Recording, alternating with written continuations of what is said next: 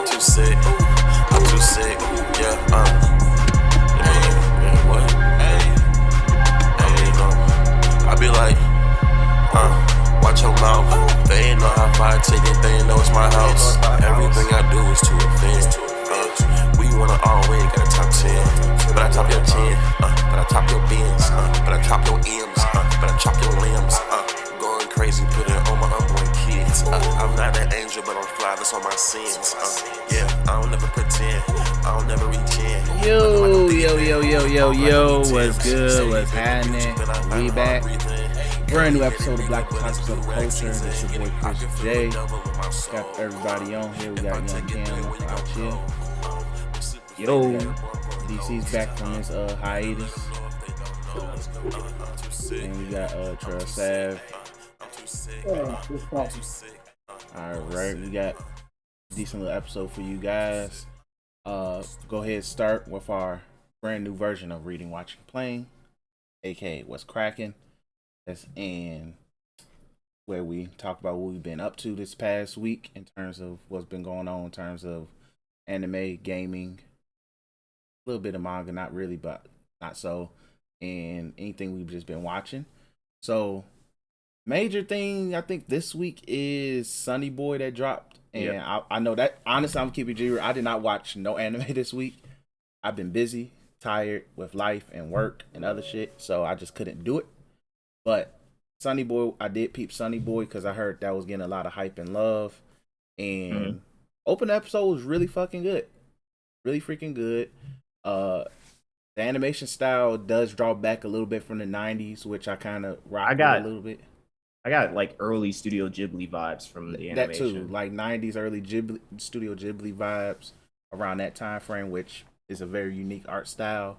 And just the whole overall, what y'all like to say, what's the word I'm looking for? Intrigue.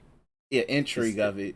Because it's like, it's literally about some high school students, their school just magically is warped into a black place, a dark place, whatever. And they just magically have power, start getting powers one by one and randomly.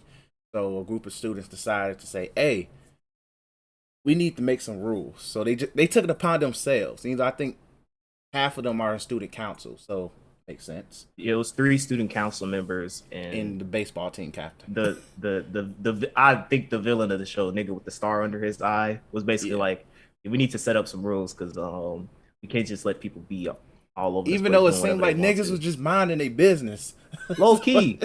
So it's like niggas. Like the start of the episode, like I thought that the way that it was described, it was like, oh, it's like chaos, and also I thought like niggas was killing each other and stuff like that. But like the main character was literally just relaxing in the classroom by himself, and niggas was just in the hallway playing. Exactly. It seemed like everybody was just doing their own thing. Like, and then this nigga was like, "Nah, we need order." Like, nigga, we minding our business out here, G. So, meant to happen, they established the rules. Some people tried to say, hey, these rules are stupid, so they get penalized. The niggas with powers was like, fuck your rules. Exactly. The ones with powers like, nah, they got penalized, so when you get penalized, you have to, the person with the power to penalize, you have to do whatever is necessary that they tell you to do or whatever, because you broke a rule. So that happened. People kept approaching. We saw the consequence. Towards the end, the dude that was chilling and the free-spirited girl that is mandatory in these type of shows, pull up on them. They find a way to avoid getting in trouble with the rules, not get penalized. If for some stuff happened, fast forward a little bit, Shorty jumps off the school for some stupid reason. The main character tries to catch her. You said what? The main character tries to catch her, but then they both end up falling. And then they end up in water. And we see that they're in that, what you'll call it. And then the dude with the star under his eyes, they showed a shot of him. He was mad as fuck, bro. He was like disgusted. Like he was like, "Hey, what did y'all do?" Yeah. So. But I think my overall thoughts on this show, I like it. It's at first I was like, it was giving me Mars Red flashbacks of like trying to trying too hard to be different, basically. But then I guess the intrigue of like the part where the dude with the star under his eye, I'm gonna call him Starboy. Starboy was basically like he looked at the dude who had the power to like, I don't know, manipulate reality or something like that. I don't know what his powers were, some OP shit. Yeah. But he was basically like, why are y'all acting like y'all are still alive or still have some place to go to? And it showed like little images of like decayed student corpses and stuff like that. That intrigues me because it's like there has to be a lot more to this than they just got transported into another dimension or something like that. Um, I want to say I think Starboy is the antagonist. I don't think that he. I think it's on some like he never was an original student of the school, but like they lost their memories or something like that. Something that made them remember how they got to where they are, and like the girl jumping off the thing was like completing a trial basically. Like there has to be trials set up for them to escape or something like that. Oh, I don't know.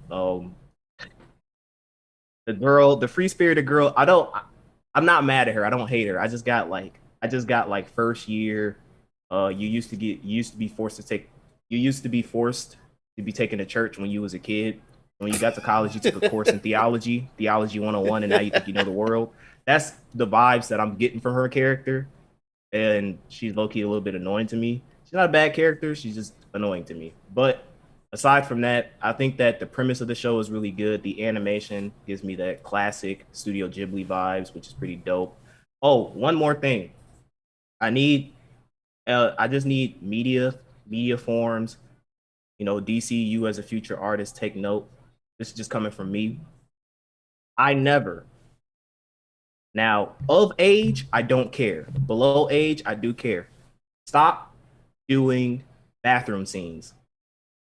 What I mean by that is stop having scenes in which niggas are going to the bathroom and using the bathroom. I don't want to see that shit. The show had a freaking segment having like pissing noises and dookie noises in the background. I don't want to see that shit. I don't. Happen.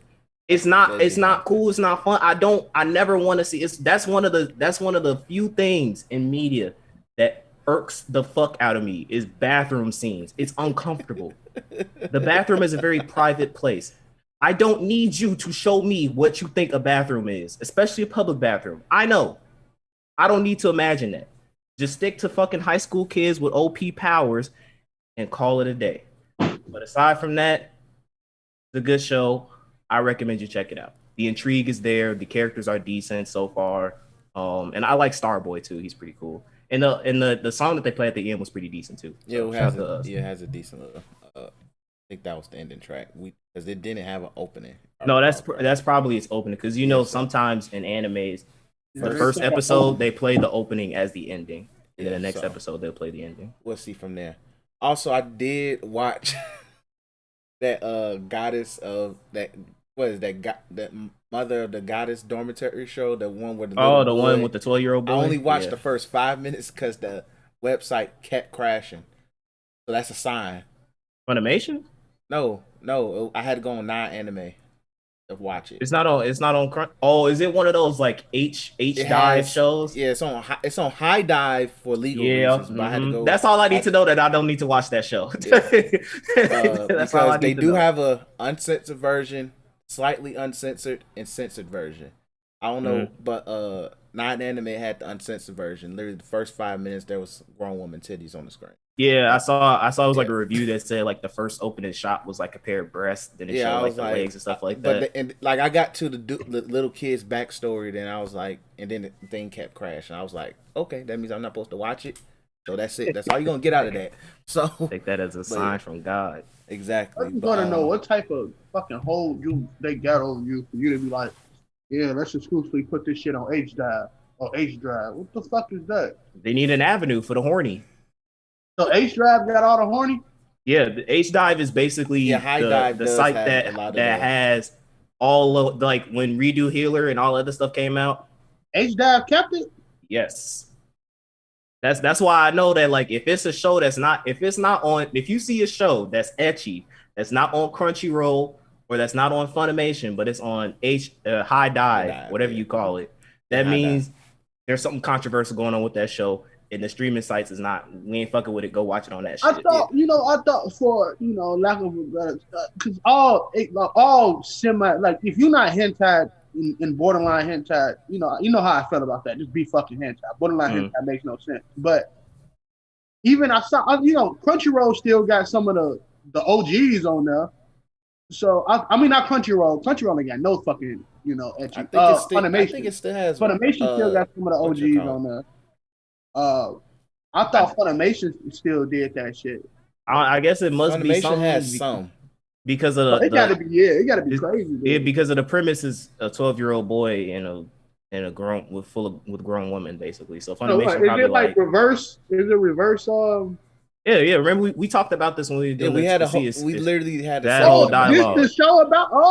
Yeah. That's what the 12-year-old boy in a college dorm full of grown women. Yeah, we talked about that double standard. That little boy gotta look straight in the TV like 50 Cent and say, "This for the bitches, nigga." It is because I'm pretty sure it's it's probably some weird ass grown men in their basements. Why was 12 the fucking age that they just decided to take? Because Japan is full of weirdos. Exactly. I agree. It's just like 12. I think you look for a target audience. If you're going for 12-year-olds, they don't give a fuck. They're not going. That's not. They're going for grown men. I know. I'm saying, but like say for instance, if you got a target audience, right? Because ecchi is for that age group from like 16 to older, to fucking geriatric niggas. But say for instance, you have a fucking a target you want to hit. Like for us, like niggas like us, right? If we want to get our etchy feel, putting a nigga at 12-year-old just gonna make a nigga turn off of it because we don't want to be deemed as a fucking omega horny. I don't want to see a scene of a 12-year-old interacting with a grown woman. That's not gonna get me off. I'm like, yo, this we smart enough to know, this man's getting violated. But we also like if you're going for this, the thing is, if you're not going for us and you say, oh, we're going for a younger crowd around his age, like all they care about is titties. You could have made this nigga 36, and it's just so it's weird.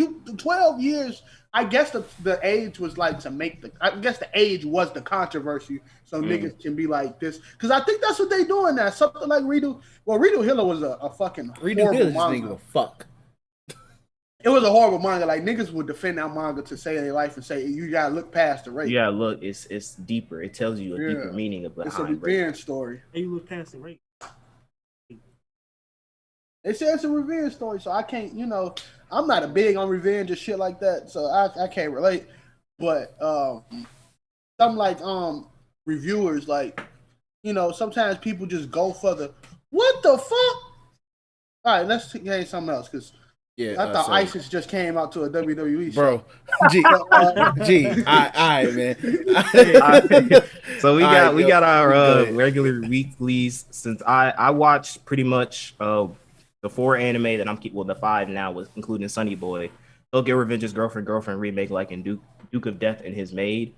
So Tokyo Revenge is good this week. We got basically backstory on Baji and the other commander of the Toman gang, essentially, and Takamichi's fucked.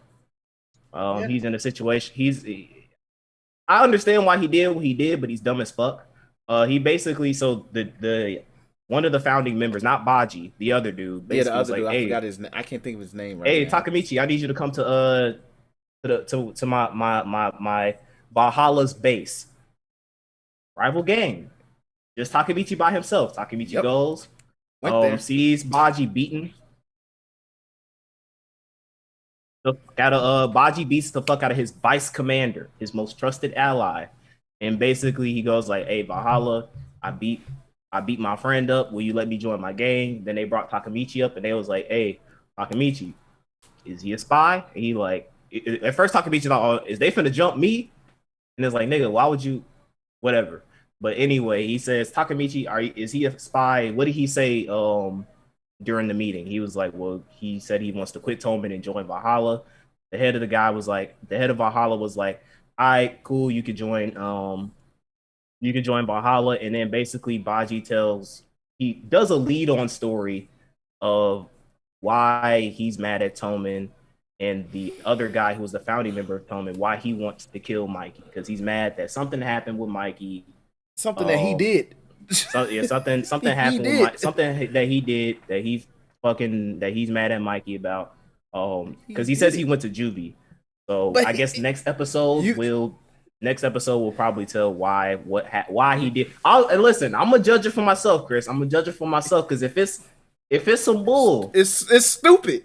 Let it be known that I will slander his character. Look, Cam, I'm letting you know now. Looks like a Japanese I'm Justin reading. Bieber, bro. I'm reading. You will be mad because his reason of wanting to kill this nigga is stupid. But he ain't got nothing on Mikey, boy. Come on now, he ain't pulling up to him. Exactly. So that was Tokyo Revengers. But, you know, and this is more of a question for you niggas. Like, but I don't know how many watched Erase. Really good in terms of the genre of, like, I guess time travel. Right. So there's episodes in Erase that mirrors, because he said he takes off of, you know, Konosuba. What he said, Konosuba and Erase or some shit like that. Yeah. That's who he mirrors. No, not Konosuba. ReZero. No. ReZero and Erase. Okay, so now I'm not the biggest ReZero guy, right? I hear y'all talk about it all the time. Shit, yeah. What y'all got to do? But Erase, right? Erase was really fucking good. Now, from my knowledge of Erase and watching Tokyo Avengers, the episode in which my nigga thought he got everything right but nothing changed, the episodes hit way harder than Tokyo Revengers, and I just don't know. And this is not a Tokyo Revengers. Like, I like the show, the fucking opening, even though I don't listen to that new opening. The old opening is still my thing. There's no new opening. Yeah, you mean the ending? The ending. Oh, you mean the ending. But they the episode in which he found out like everything is just, I think it's fucking like the nigga on Erase fucking mama died, bro. Like that's how much stakes the second half had, G. Like motherfuckers was like, oh my god, this shit right here, it don't feel like I ain't getting. It don't. The reason why it don't hit is because Takemichi is a shit character. Yeah, the nigga from Erased, yeah. I felt something when it happened because I was like, I want to see him succeed, and when he thought he succeeded, it failed. I don't care if Takemichi succeeds or not. I just care if Mikey and Draken live. That's my point in Erased right now. It's even with ReZero. Like I might flip flop between hating and liking Simperu, but out of all, when he has those scenes in which he thinks like, man, I did it, I died, I did all this shit to rescue all these people so they can live, and it don't work, it hits me because it's like, damn, you saw how much shit Subaru had to go through to get to what he had to go, and then it's all for nothing. Takemichi, on the other hand, always, and I mean always, intentionally puts himself into fucking dumbass positions in which is like, yeah, no shit, Sherlock, you deserve what happened to you, because he's a dumbass. He is a complete idiot of a character, and it's not appealing idiocy. It's not like, damn, you stupid, but like, it's like, all right, I can kind of see it's like. He has scenes in which he's like, I'm gonna become head of Toman. I'm gonna do this. I'm gonna do this. I'm gonna do that. And then the very next scene, he like, what am I gonna do? It's like, bro, is you as you ain't. Yeah. I just don't like, and that's why it's like I don't really fuck with his character. So like when you talk about those scenes don't hit, it's because he don't hit. And if he don't hit, the scenes don't hit. I was watching because the episode I was catching up because I forgot Tokyo Revengers came back. Y'all reminded me last episode of the pod. So like, let me catch up so I can, talk about this shit. And I think a lot of the sad characters' introductions are so fucking good. Like dude with the long hair, he was like, "Oh, did I do this again, Mikey? Well, fuck it, I'm gone." I'm like, this shit, like I rocks with him.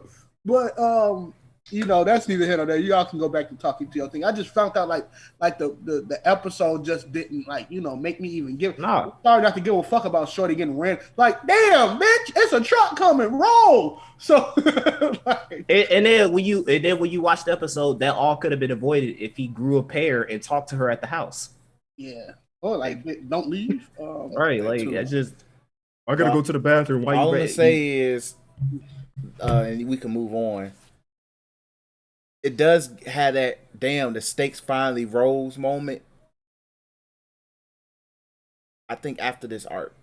The stakes actually go up. Then that's me watching it in 2022. That's what I'm saying. Like, do you think they'll still continue this show after I this think it season? will. Gee, you see, bro, did you just not see the numbers that the live? I know the movie and stuff, but I'm saying like, do you think they'll be like, all right, this show is popping, so we go keep going the next season, or they just go take a break? I think so. Also, we have to see like especially if Adult Swim pick it up. Like if Adult Swim pick this shit up, it's we watching it again on Crunchyroll or whatever the fuck we watch it. It's going to be around. I think it is. I think it's the not that many. in the manga numbers is doing numbers. Yeah, manga's doing better than one. Like you gotta think about it. Also, like what's out here that's that's extremely popular. Like Tokyo. Tokyo Revenge is in a beautiful spot right now. When a lot of the best shit either ended or ended. Yeah. There's nothing. Yeah, you're right. There's really nothing. There's nothing. Demon Slayer gone. Well, Demon Slayer's coming back, but like it's manga wise is done. Manga-wise done. Attack on Piece Titan is still Attack on Titan done by the end of this year. You're right. Or next year. You're right. So like it's primed to be the number one watch show and shit like that, or two because of Demon Slayer. Even that, there's a chance like we only getting 24 Demon Slayer episodes before we won't see that shit for another 2 years. So it is they in prime spot to be there and propped up. So it is what it is. Like I said, I like the show. I especially love like the sad characters and stuff like that. And this will be a continuous conversation, I guess, with the pod. And not to, it's not gonna get stale or anything because it's a show that that brings this type of conversation.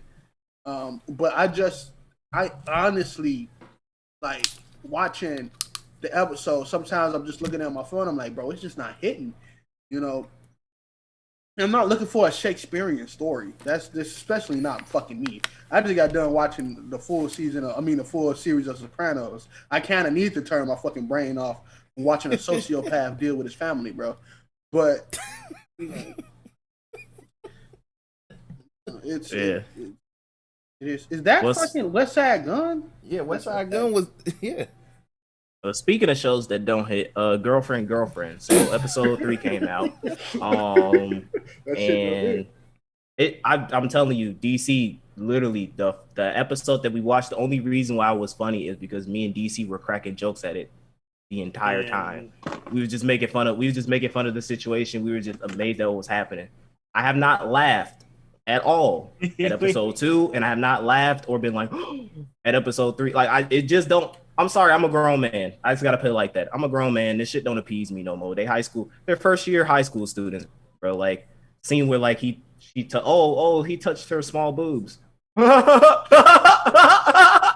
not funny. It don't get nothing for me. So episode 3 basically is about the red hair chick. She's feeling a little bit neglected because he's not paying him attention, but she thinks he's paying more attention to the blue hair chick. So basically, it starts off with them trying to find a place to eat at lunch because they don't want to be seen. You do realize it's normal for more than 2 people to have lunch together and not be in a relationship, but it's funny because they can't get it, guys, because they can't find a place to eat because they don't want people to think that they're all in a relationship. It's funny. No, it's not funny. But yeah, so they find a place to eat in the gym storage. And then the red hair chick is like, oh, I'm not girly enough. You know what I'm saying? I can't cook. I don't have a job or whatever. So basically she's like, all right, I'm going to go into his room at night and try to have sex with him to basically prove my worth as a woman. So she goes into his room. She's naked. Well, she's not naked, but she's half naked, bra and all this stuff. Puts his hand on her breast and she's like, all right, let's do it.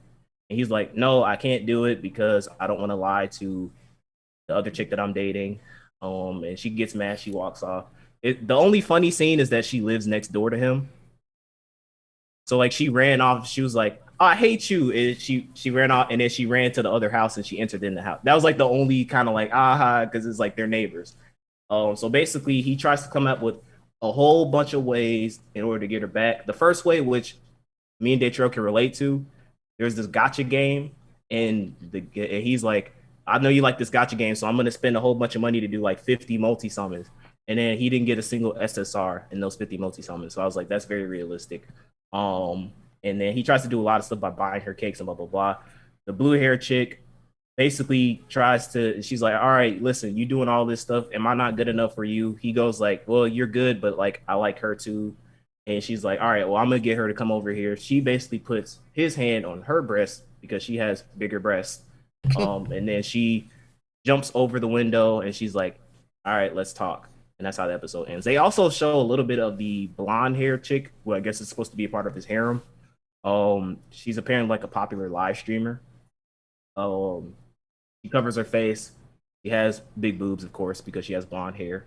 And she's like playing this gotcha game. And then the next episode preview basically shows that she's going to, from what I can see from the clips, is basically she's going to find out that they are all dating together because it shows that she's in the gym storage with them while they're eating lunch.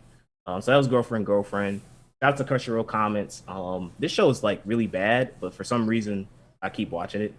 But yeah, 2 episodes. I still ain't. I'm gonna keep a track. I'm gonna keep a record for y'all, and I'm being serious. I'm gonna tell you if I ain't laughing episode. I didn't really laugh this episode. It kind of sucked. But anyway, on to Remake Life. This was episode 3. It was pretty good. Basically they turned in their project, and this was about. Oh, so last episode it was like they didn't have the proper equipment to do a 3-minute movie. In this episode, basically they did still shots, and like it was basically like a moving picture movie where they showed off like this girl waiting at the station, blah blah blah. It was like a competition between him and the red hair chick that used to be his boss in the future. Yeah. Obviously her team won because if there's a competition in any anime, the main character's team cannot win because they need growth. Stupid ass shit. Development. But yeah, so she gets mad because she was like, she thought that their presentation was way better, but then the teacher basically says that like, well, you could tell that like they didn't plan for this to happen. But then she was also like, but if they're able to do this stuff while they're not planning to not do this stuff, then that's pretty dope. You also find out that that's her sister. I was like, I knew it was something. I thought it was like her mom or something, but that's her older sister. And then basically he has this talk with the blue hair chick about like what she wants to do. Because at the end of the presentation, all of the members of the group were like, dude, you're so cold, blah, blah, blah. Like, I can't lose to you, all this other shit. So like basically everybody's acknowledging him. So it's moving towards his steps of redoing his life. So that's pretty much it. I don't remember how the next episode is going to do, but I'm liking it so far. And then last but not least, Duke of Death is made. Jesus Christ. I feel so sorry for this man. Damn, that's the moral. Each time we talk about this, I haven't even watched this week's episode. Dog, this episode you're gonna feel bad for mine. It hurt me, nigga. It hurt me, bro. So she takes him into the city and like, because there's this costume party going on. She's like this kind of like Bride of Frankenstein, and he's like this the crow's mask type of thing. Yeah. He's wearing that, but it's like he's encased in steel, so that like if somebody bumps into him, he doesn't kill him. So they go throughout this thing, and then basically they end up in this tower, and he's kind of sad because he's like, well, I wanted to take you out. I mean, I know you wanted to, take me out on this town as like a date or whatever, but like, I can't, I hate that I can't touch you. Because she tells this story about like the bride, the princess and the prince and the moon or something like that. And basically a witch took the prince to the moon, and she was supposed to be married to this princess. And every day when their wedding comes up, she kisses the moon. And then the main character is like, well, I feel like it relates to us because like I'm so close to you, but yet I feel so far. Nigga he's smooth as fuck because he's like, hey, I feel so far from you. And she's sad too. Then you cut to he takes her out to see this meteor shower that happens every decade.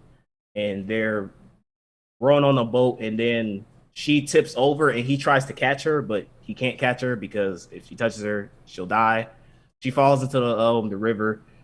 She pops her head up and then she goes to the boat and she's like, if you love me, then kiss me. And then he's like, I can't do that because if I kiss you, you'll die. And she's like, I don't care. Like she's like, I don't care. Dying by being kissed by you is like the most romantic thing I could think of. He goes for it. Oh, gee. He goes for it, but then he doesn't do it because he he doesn't want to kill. And then when he pulls back, you see a tear roll down her eyes, so she's very sad, but she doesn't really know how to display her emotions. That's one thing I learned about her character. Uh, but yeah, so the episode ends with him basically. They've already confessed their love to each other like 50 freaking times at this point at this show. But like, it's just more like it's nothing but sadness for this nigga, bro. Like, I think out of this anime season, he's probably the best protagonist as far as like romance is concerned because he literally can't do anything wrong. I can't be mad at him because it's like he can't do shit. We'll break that curse. Yeah, as soon as that curse breaks, bro, you already know it's popping though. Hey, I already know them cheeks finna get ripped. So that's it for the weeklies. Pretty good week pretty good week for anime. Aside from like Akamichi being a bitch and Tokyo Revengers. But anyway, on to video game impressions. So I have recently picked up Monster Hunter Stories 2 Wings of Ruin on the Nintendo Switch. This was like a impulse buy, and because I just finished this guy at 6. And I needed something new to play on my Switch, so I was like, fuck it, I might as well. And I am thoroughly and pleasantly surprised. I do know that the original one came out on I believe it was on a 3DS, but I never really picked up and played it. But you don't need to have played the first game in order to enjoy this game. From my knowledge, it doesn't seem like you need to. But essentially, the premise of the story is that you are this legendary rider named Red. He has a grandchild, and you are his grandchild. The cool thing about it is that whatever you customize your character to be, so obviously I made my character black, right? And then I gave her like mismatched eyes. So I gave her like gold and purple eyes. They show cutscenes throughout the game of like what your granddad looks when he's older and he's younger, and he has like the same skin color and the same eye colors that you choose on your main character. So that's pretty cool because they always reference like, oh, you look just like your granddad, and it's like it's cool to actually see that I look just like the granddad in the game. So props to that, the little attention to detail. But essentially, you come from this village that are full of people called riders, which essentially are think Pokemon Monster Hunter form. They can form bonds with monsters and they help them in battle. Essentially, there is this great monster called Guardian Ratha, which is a Rathalos, who gives one of the main characters of the game an egg, which houses a baby Rathalos. And essentially, your goal is to protect and care for that egg because that egg could or could not be a precursor to a deadly Rathalos dragon that'll destroy the world, basically. End of world prophecy type of shenanigans. But that's pretty much it. I'm liking it so far. I am about like maybe 10 hours into the game, and it's really good so far. Gameplay wise, basically think Pokemon mixed with some stylish Persona battle stuff mixed with Monster Hunter. And it's a really good blend. Essentially, you basically you beat up on monsters, right? And there's a chance that a monster will flee into what is called a monster den. In that monster den, you can find eggs, and depending on the rarity of the egg, it can be it basically gives you better stats for your monster.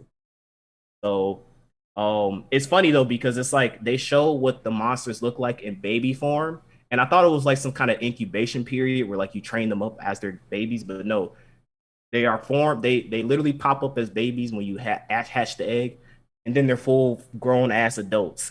So I was just like, what the hell? I shout out to the monster growth period, but essentially in battle, And this is basically for all my gotcha niggas, y'all already go excel. Essentially, you have 3 basic attacks: power, technical, and speed. Power beats technical, red. Power is red, technical is green, speed is blue. So if you play the gotcha game, you already know red beats green, green beats blue, blue beats red. So Fire, grass, water, fire.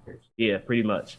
And so basically, it's a lot to the battle, and I'll try to be quick with it. It's like it's simplistic, but it's very in depth. Essentially, so the enemy monster has a chance to. It'll basically be you, your monster party ally, and then you'll have guest party members, and then their guest monster. So if a monster is targeting you, and say for instance it does a technical attack, that's green. So I choose to do a power attack. You'll have what's called a head-on battle, where it shows like a scene of you and the monster charging at each other. If you win, you do a powerful attack against the monster. If it wins, it does a powerful attack against you. And that contributes to what is called your kinship gauge. And essentially, once your kinship gauge is maxed out, you can get on board your monster, and you can do more powerful basic attacks, or you can unleash this special attack that shows like this little flashy cutscene.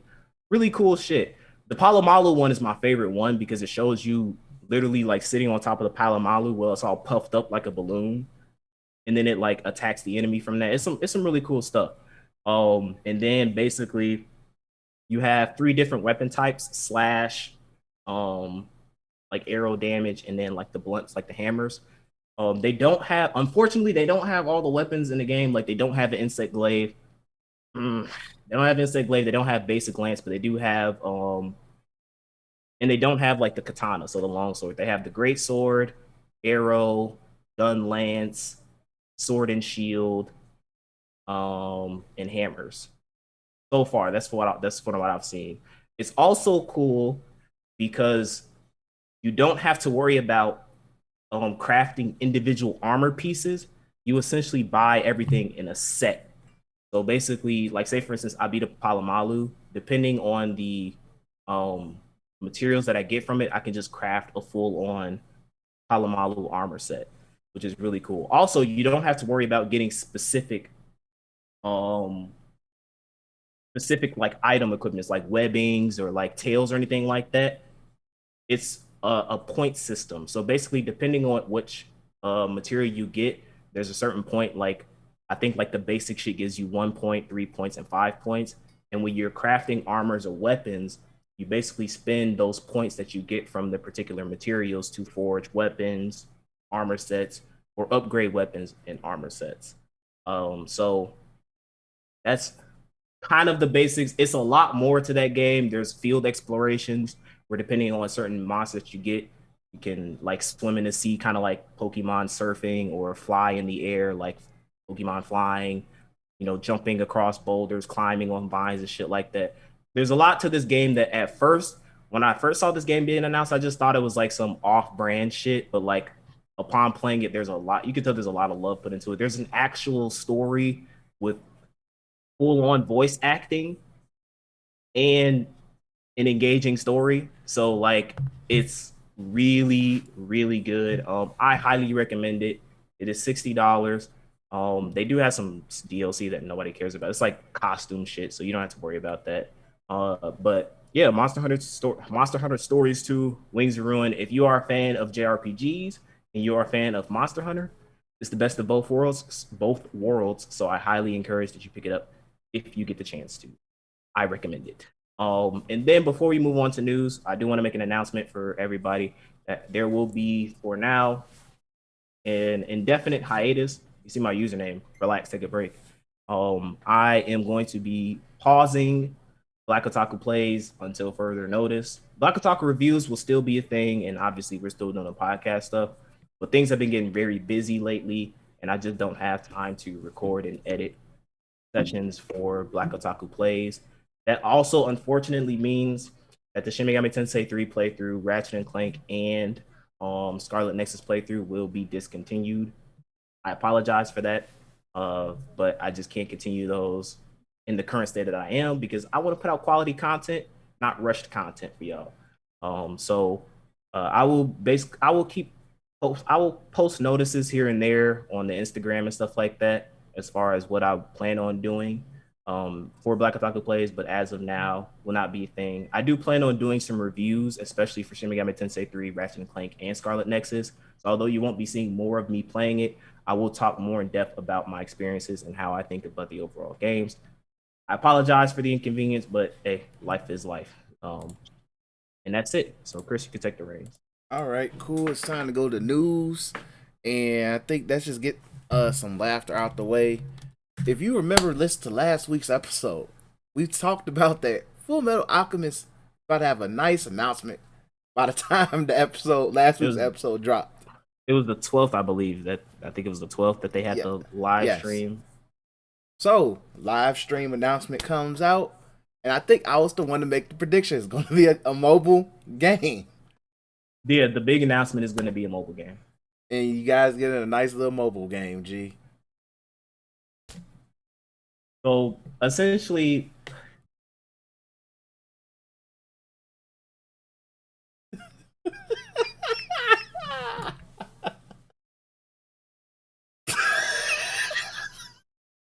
This is your 20th anniversary. Now, I'm an OG Fullmetal Alchemist Brotherhood fan. I've been with y'all niggas since I was in like elementary school. That's how old it's been. I've been rewatching the show, sub, dub, faithfully. So when I heard that there was gonna be a special announcement, me and Detroit, we hype, bro. This is still to this day my all-time favorite anime. It's still number one. Still number one. Nothing has ever come close to my experience of what Full Metal Alchemist did to me. And it is still a classic because I rewatch it to this day and the shit still hold up. So when I said, you know what, July 12th, special announcement. What we getting? We got what they announced like what special they announced like special arts, like a special art book that they're doing, some like volume set shit. And then there was like, hey, biggest announcement. This was their big announcement. This was like, all right, this is what we are telling y'all that y'all got to look forward to. But for being a faithful fan for years, exploitation by mobile game. So now you can pull for confrontation with his father, Ed. Ed punches father in the face. Al. Al when he was still drawing alchemy. And then you could pull for the ultimate alchemist fest, Al when he learned the truth. 5-star unit. Ultra rare. Listen, I already told y'all niggas that I'm done with gacha games after this year. Did say that. I am done with gacha games after this year. In no way, shape, form, I am not supporting this shit. To me, now I'm trying to make it funny now, but I am honest to God insulted that you thought that this was gonna be some oh my god. Because we know. I talk about it, Detroit talks about it. We talk about what gacha games are. They are not, oh shit, yeah, we get, yeah, oh man, I can't wait to play. No, it's not a video game. It is a cash cow. It is an exploitation of loyal fan bases who are dumb enough to go, I'm gonna spend hundreds of dollars for a 2D sprite in a game's economy that means absolute shit outside of the game so that it can perform some 5-second attack that looks really cool, and that's it. Exploitation. All of that, all that game is doing is all I heard when I saw that game, when I saw that announcement is basically, I need some more money in my pockets. You know what I'm saying? I mean, she's coming out with a new manga. Cool. I will definitely pay. I will definitely look forward to that new manga. But no, we need money from y'all. That's what a gacha game is. A gacha game is a cry for me need money, and not just a one-time payment money. I need money from you every fucking month when we announce a lit banner with a unit from a character that you love from this show. Fuck that announcement. Y'all some clowns for that shit. And Daytrail, I'm gonna let you talk. Yeah, I ain't got too much. But I just think like, when you look at Full Metal, right? And you look at so on IDMB, whatever that website that users do to rate movies, review them, and shit like that, right?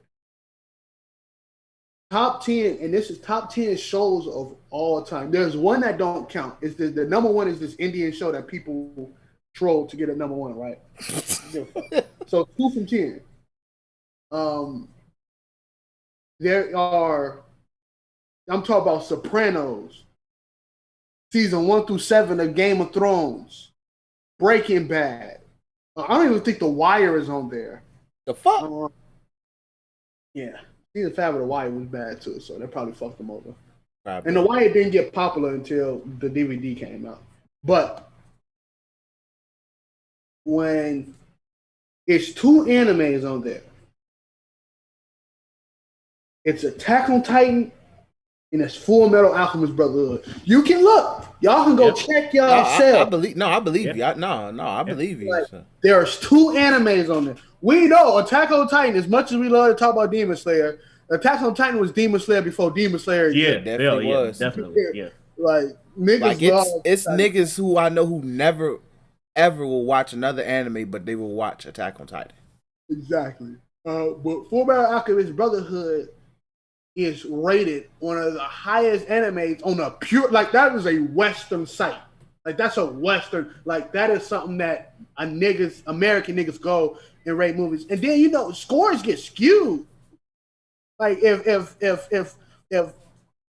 like how people score in the first, few days of Space Jam, and thank God we ain't got to review that movie because I'm not 6.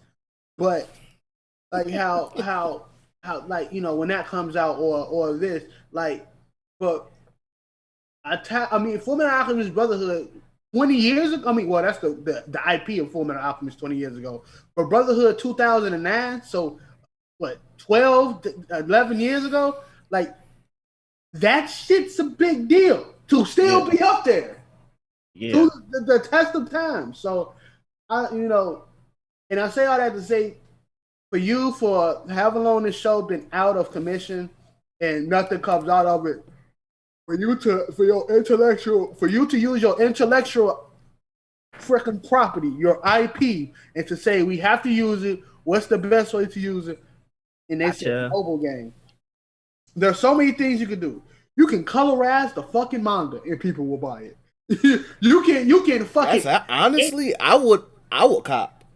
You can HD remake Brotherhood and re-air it. Man, like, you can do so much as with that intellectual property that don't involve you even having to make a video game. I think making a new video game would have brought you a shit ton of money.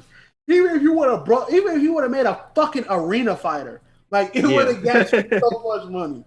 You would have got me. I would have been like, "Fuck, shit." Look, I love Full Metal Alchemist.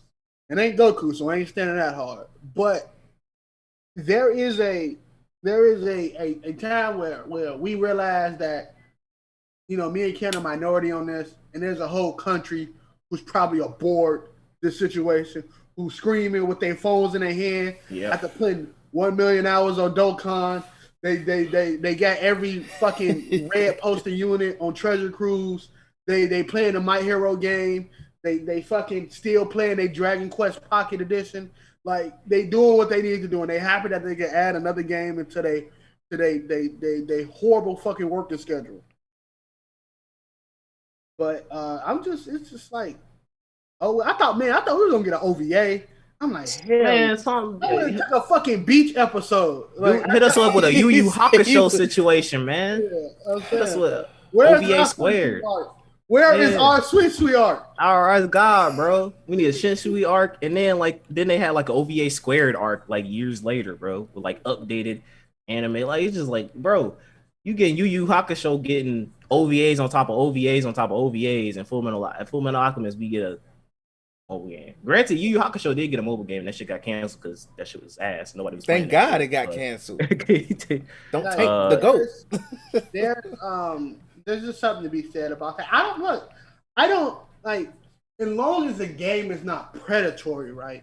Like Cam is off of gotchas, and I'm slowly getting to that range too. Just not necessarily be like, oh, bro, we gotta fight against the gotcha. It's like grow up off that shit, right? And Yeah. we can get put in better places.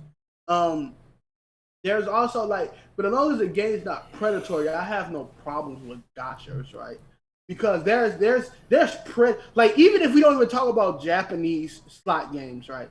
There's Western games you go to App Store that's predatory to you giving them money, bro. Yeah. Like that's basically like people think some casual people on mobile games that think Candy Crush is predatory. I'm like, bro, it was a Harry Potter mobile game that came out one time, bro. You couldn't advance unless you use the same currency, bro. They showed your character getting choked. Yeah. You couldn't advance until you paid the premium currency to get them out.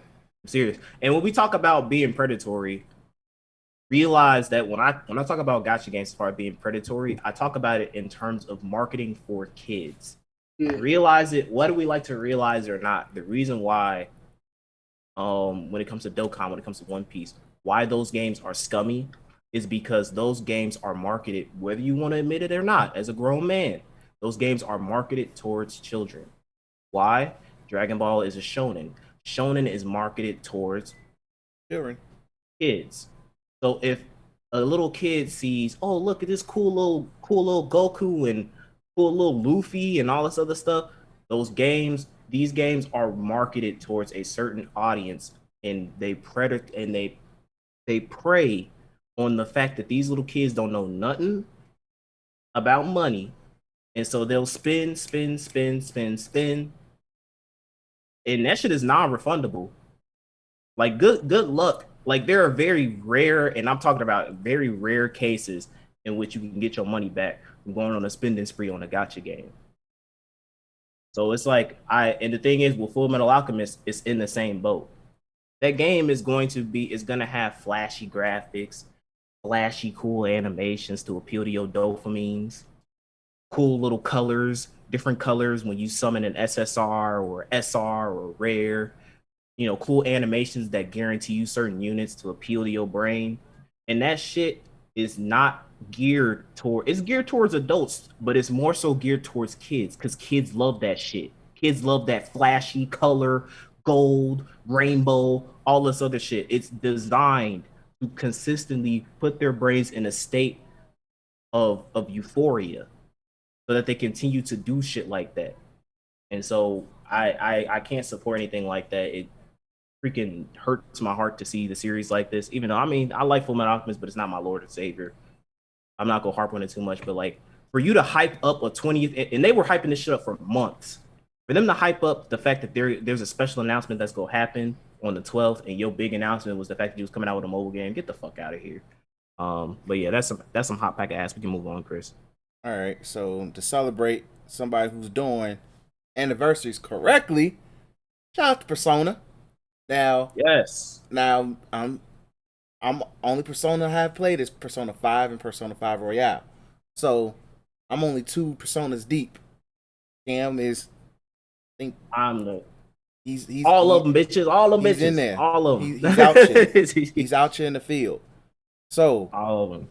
So shout out to Persona, 25 years in, and pretty much they announced a bunch of shit like merch, nice merch at that, and that there will be, I think they teased 7 projects, 7 upcoming. Let me actually pull it up on my end because I can talk a little bit more. Yeah, I'm looking at the link now. Yeah. So there's going to be 7 new projects that are teased up until autumn 2022. Yeah. So the first one that we got is it shows 2021 August of 2021, and it shows a yellow background, the Persona image. Now all of us are speculating that has, if you know your Persona, that's 3, Persona right? has no, that's 4. Persona always has color schemes. 3 is blue, 4 is yellow, and 5 is red. So We all think that this has to be in relations to 4. Now, before any of y'all say some wild shit, I'm already let you know, whatever you thinking, it happened. Persona 4 has a dancing game. Persona 4 has an arena game. Persona 4 has had two. So original Persona, Persona 4 Golden, and on top of that, they had an anime for Persona 4 and Persona 4 Golden. They've had multiple OVAs, multiple movies. They've already had mobile game tie-ins. And before you say anything about a mobile game, they've already announced there's a mobile game coming out in China, which is the biggest mobile game demographic. If you are making a mobile gacha game, you want your game to come out in China because that's where the big bucks are. So they already announced that their Code X name, whatever the fuck that shit is.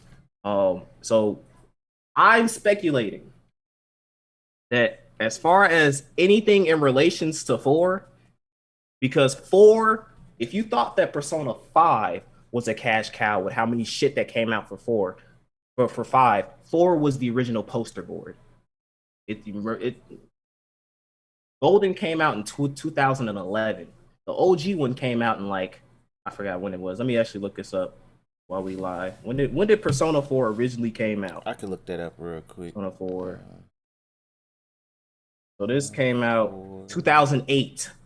We didn't get Persona 5 until 2017. Shit. They milked the fuck out of Persona 4. Gee, so before you think of any wild shit, they done did it. They did it with Persona 4. Bro, so they milked that boy. So what I'm thinking is gonna happen for Persona 4 is, this is my pipe dream. This would make me the happiest man on earth. Because Persona 4 is still my all-time favorite Persona game. Remake. If they were to remake Persona 4 and update it with similar gameplay stylings of Persona 5, I will not only buy the $200 plus physical collector's edition, even though I can't play that bitch on my PS5 because it's digital only. I will buy it just for collector's purposes. And then I will buy the most expensive digital version on my PS5. I respect the stand. That's I how respect the stand nature in this guy. I respect That's it. how much I respect it. I would simp. That's how much I would simp for that. I respect it, G. I would say, Cam, you know, I don't know about like Persona 5 animations, but I would say it's believable that it will be like current gen ports of Golden and shit. I see that as their project. Because if they not announce it, you know, what would be top on the list, right?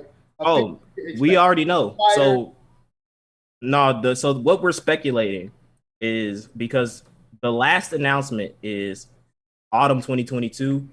Everybody is speculating that's when Persona 6 trailers go drop. Go get news about Persona 6. That makes sense. 7 projects. I think that out of 7 projects, they last one, because they've already confirmed that development of Persona 6 is underway. They've already confirmed it, I believe sometime this earlier on this year. So I think that we're gonna get something in relation to Persona 4. They also show, and this is for my 1 and 2 fans. I feel so sorry for y'all niggas because it's a meme that Atlas doesn't know that 1 and 2 exist because they never talk about that shit. But they do show the protagonist of Persona 1 and 2 on the little card that they're doing. So I do think there's going to be some projects as far as like maybe, and I'm not, no ports, because I'm telling you this right now, if you're curious about playing 1 and 2, you're not going to like those games. Those games are archaic as fuck. So like if they were to bring back 1 and 2, they would have to remake those games, or else they'll get money from the diehards. But if they're expecting Persona 5 numbers, and they've already confirmed in an article in relations to Persona 6 that they because every Persona game has outdone each other in the past. Persona 4 has way outdone 3. Persona 5 has way outdone 4. So their expectation is that they want 6 to outdo Persona 5, which is a huge goal because 5 fucking knocked that out the park. But if you're trying to expect those numbers off of just porting 1 and 2 onto PS5, Xbox Series X, and Steam, you're not going to get those numbers. because those games are old as fuck. So they would have to remake those games. And then obviously, if they do announce anything Persona 5 Arena, without a doubt. That's like the only thing that I could think of that they have in terms of Persona 5. And the funny thing is, as much as we, shit on, like, if they can get like a legit studio to work on their stuff, something like, who's Guilty Gear Studio and shit of that nature? Arc System? Arc System. With the animations and the character roster that Persona 5 had, you have a established arena fighter right there with the character. Like, they've already had Persona 4.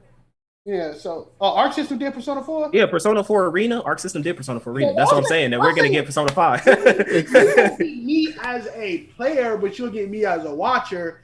I say run it back. And that's what I'm, like, you put me in the studio, first thing I say, me personally, I say port 4. I say you do a 1-2 port, like, as in the game, sell that shit for a dub.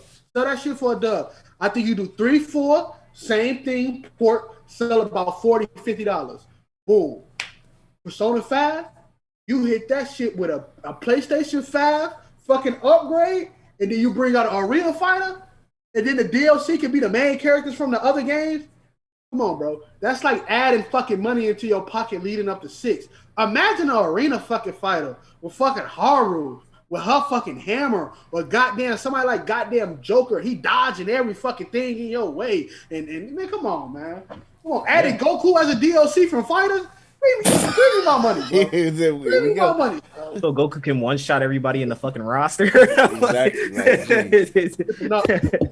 Hey, it's Goku. Hey, it's Goku. Yeah, go get wrecked. I mean, with Smash add Goku, that would be the fucking thing. Gee, if they don't, a new fighter has arrived. Oh, it's me. It's fucking. It's me. It's Goku. He's like it's Sakamoto, right? For the dude who does Sakurai. It's gonna be him sitting at his desk that he does his directs, and then all of a sudden he gonna be like he gonna look around like, what is that noise? Hey, it's me, Goku. It's Goku. But yeah, so I, as a Persona stan, I'm very, very, very, very happy about this. This is Full Metal Alchemist. This is how you do an anniversary announcement. 25th anniversary. We're getting a lot of shit in relations to all of the Persona franchises. Is looking good. Starting off with 4 too is a good idea because 4 is like your second most popular Persona franchise. So you got to hit that demographic too. So I'm very much looking forward to it. Obviously, we'll cover it as we get those announcements leading up to what we think. And this would be dumb as hell if they didn't do it, but they've already confirmed it. So I'm expecting next year for us to get. Don't expect it anytime soon. I'm gonna tell you like that, but we're just gonna get the official. Hey, Persona 6 is on the way. Here's some key visuals and what you should expect as far as like the main character is concerned. So that's dope. Right. So shout out to Persona and Atlas for doing it the right way.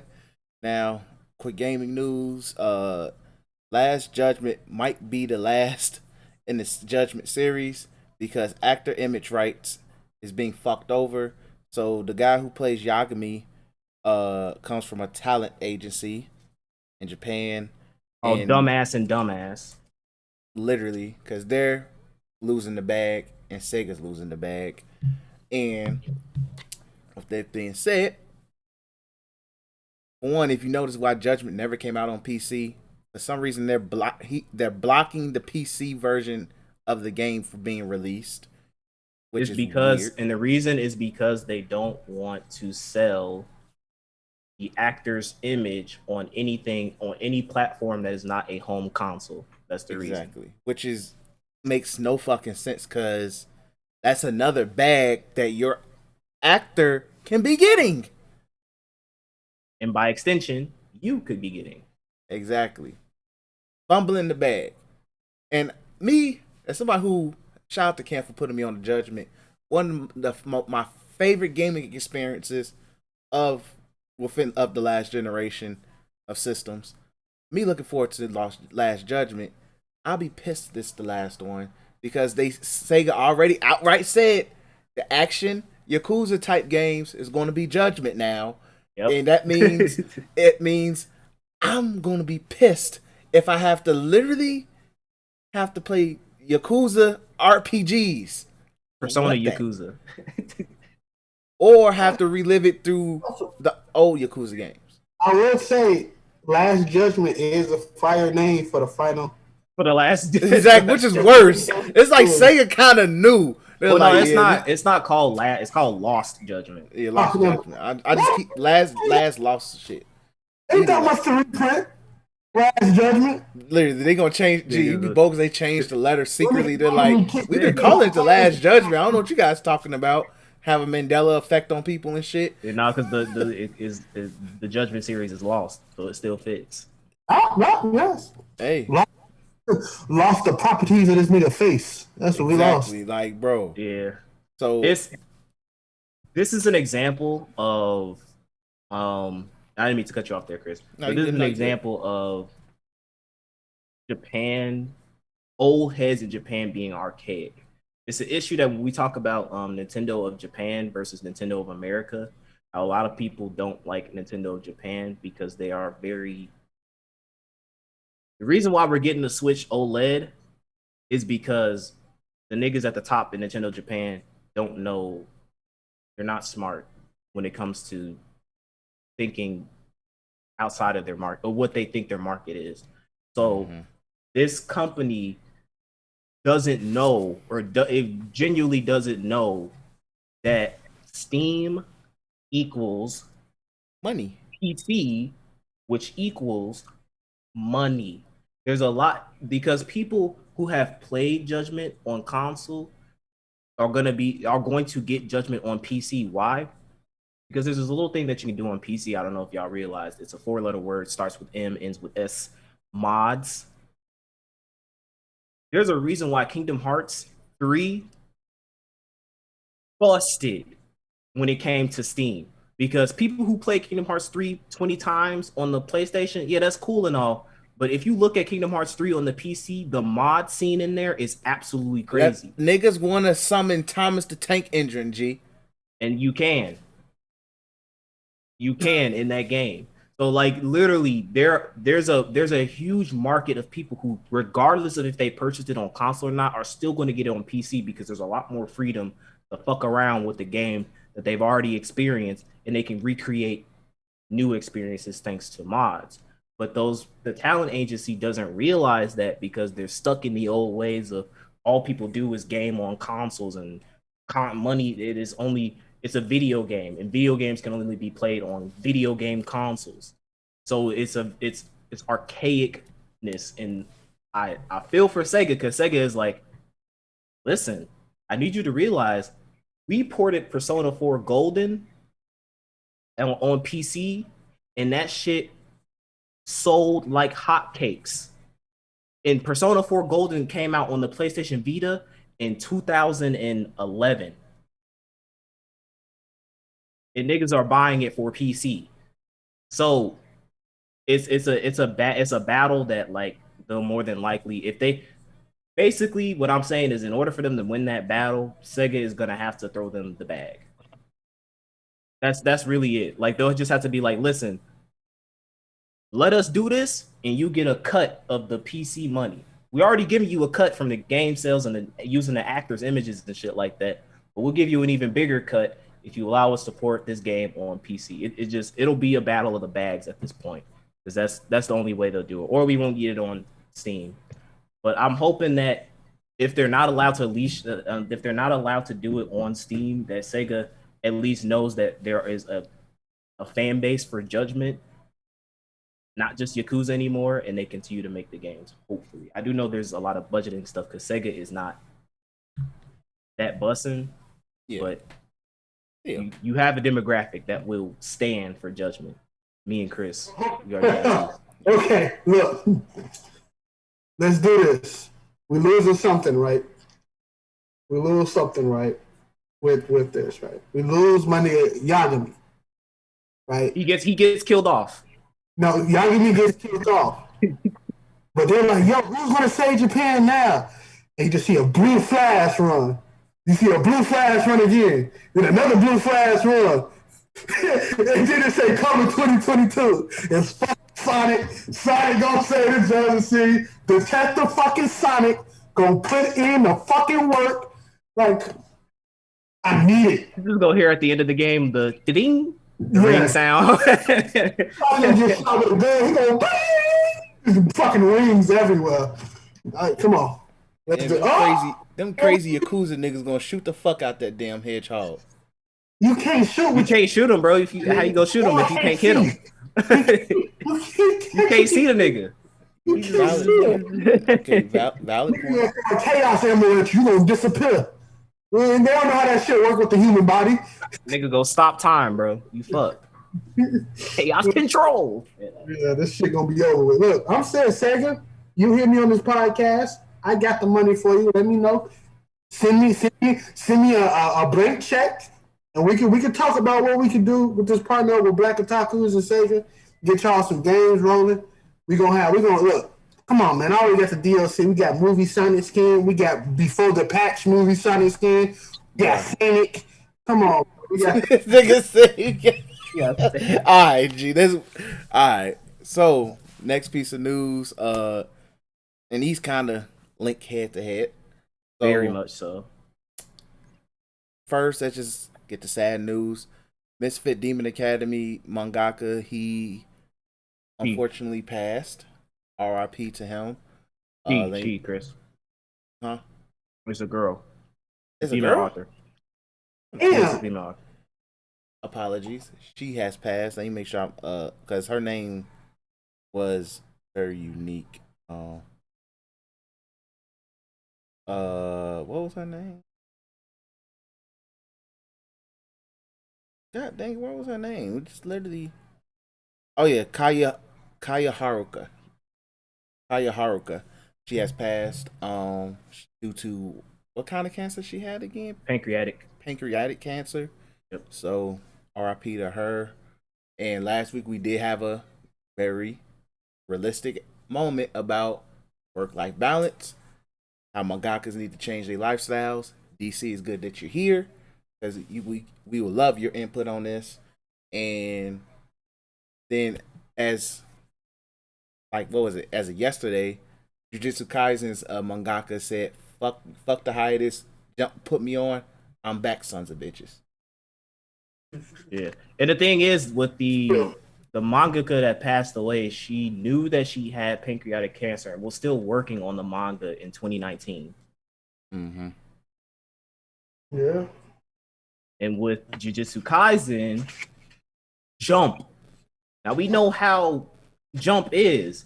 Jump themselves was like, bro, the editorials was like, bro, you need to take a break. You're doing too much. And he's like, no, I don't want to go on break. I want to go on break. And they basically had to force him to use up his vacation days to take a break. So it's like we really dislike it's the I don't know, is it a mangaka thing? Is it like a and again DC, we love your input. Is this like a I know this is your life work and stuff, but dog, you can't cherish your work and you can't cherish a bag if you dead. It's a mangaka thing because the whole comic process is basically cut because the main mangaka does like 50% to 60% of what, like over in America, you have your ink artist, you have your colorist, you have the person that works on composition, paneling. It's a bunch of people that it's spread workouts, so it's like killing themselves over the fucking work. So the mangakas, you're not only writing your series, you have to write storyboards for it, you have to panel it. The only thing that assistants really do, from what I know, changes, but like they do background stuff and the SFX for like movement and dialogue and text. But for the most part, mangaka's doing a lot of the work, and that's where a lot of the stress is at. And they're doing this like weekly, so I kind of understand why they want to get to it because it takes so much time, but at the same time, is it an efficient system? I really think that they gotta take some things from the West and kind of either do it monthly, like an issue based type thing, or divvy up the work even more because like they can make key initial drawings and stuff, but I don't know, I'm not in the business, but it's not working because their bodies is deteriorating. You're not meant to sit in a chair for that long. Like Oda, I know Oda and Miura, they'd be in their studios for like hours, almost the whole 24 Yeah, isn't hours. it like Oda says he takes like 2 hour Yeah, sleeping he breaks? takes 2 hours sleeping breaks. He's in his chair. And that's just Oda. There's other artists that don't get paid by major companies that get the free time. These niggas is in there like days. So Bro, I get at least 6 to 7 hours full on if I fucked up asleep a day. That's not even including the naps. If somebody tell me, hey bro, look, we gotta get this shit out by next week. Go ahead and get you 2 hours of sleep. I'm quitting. Fuck my passion, bro. I'm quitting. Like, nigga, what? You want me to who? Me? I'm tired. I make sure to get at least 7 hours of sleep. yeah. I'm tired when I wake up to cover my in the morning shit, G. And look, this is not no slander, but Jump needs this nigga. Like, Yeah. He could literally go up to them and say, listen, you need me as much as I need you. Let's lay some ground rules, G. Monthly now. Monthly. I think mangakas should go monthly, and you should be every mangaka. God, Yo, let's go! Well, Cena's back, G! Let's go! Let's go! is that Cena? that's fucking Cena. He said, hey, fuck family. I'm going back to wrestling. Yo, my man is back, G! Let's go, Oh, bro! is he gonna take the break from the break? Is he gonna take the belt from Roman? Hell fucking no! He gonna get his ass beat too! Hollywood. He like I gotta he gonna get a call in the middle. Oh, you said how much for Fast 10? G, like, Oh, bro, Roman. Oh no, Roman pinned me. Oh, okay, I'm out. Bye, y'all. G, that would be a funny ass way to end the match. That's a loyalty. G, my man Cena back, What G. Yo, He got the corny outfit on, bro. Hey, G, I I'm like surprised it. that nigga still own them jean shorts, G. I'm surprised he still fits them, bro. Nigga taking like Nigga lost a lot of weight. Like he lost a lot of isn't as weight, big but he's as- still jacked. Still jacked. Bro. He on that rock HGH now. And he's just veiny as fuck. Yeah. Yeah. The TRT, man. Like, G, the way this nigga Roman looking at him, he's like, G, you here? He's like, nigga, you Roman, but I'm Big Cena. That's prime wrestling. That's when I used to watch wrestling, when Cena came into the stage. Back in my day when wrestling used to be good. Oh, sorry, let me stop offending people. But yeah, so I agree with you, DC. I think that it's like I don't know how many times we can say this. I mean, I just said it earlier that my work is getting busy, so I won't be able to do Black Otaku plays. I'm not gonna force myself to do Black Otaku plays because I could, and I would mentally fuck myself over, and you would see a very mad Cameron on these podcasts. And I don't want that. So I was like, listen, bro, like, just gotta cut it. You gotta learn when to separate your. You gotta learn when to separate your passion, from your health. Because it's good to have passion in what you want to do. It's really good. I love technology, so there's a chunk of passion when I log in the morning every time I got to go to work. A very small chunk, but it's there. It's a passion. But don't let that passion. I mean, my manager says it too because we're, not confidential shit, but we're in a very busy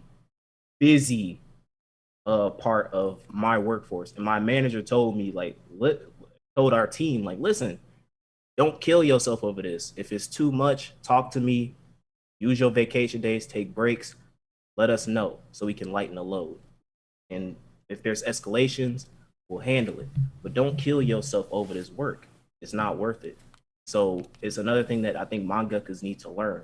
Listen, One Piece is very popping, but I can go a month without One Piece. I really can.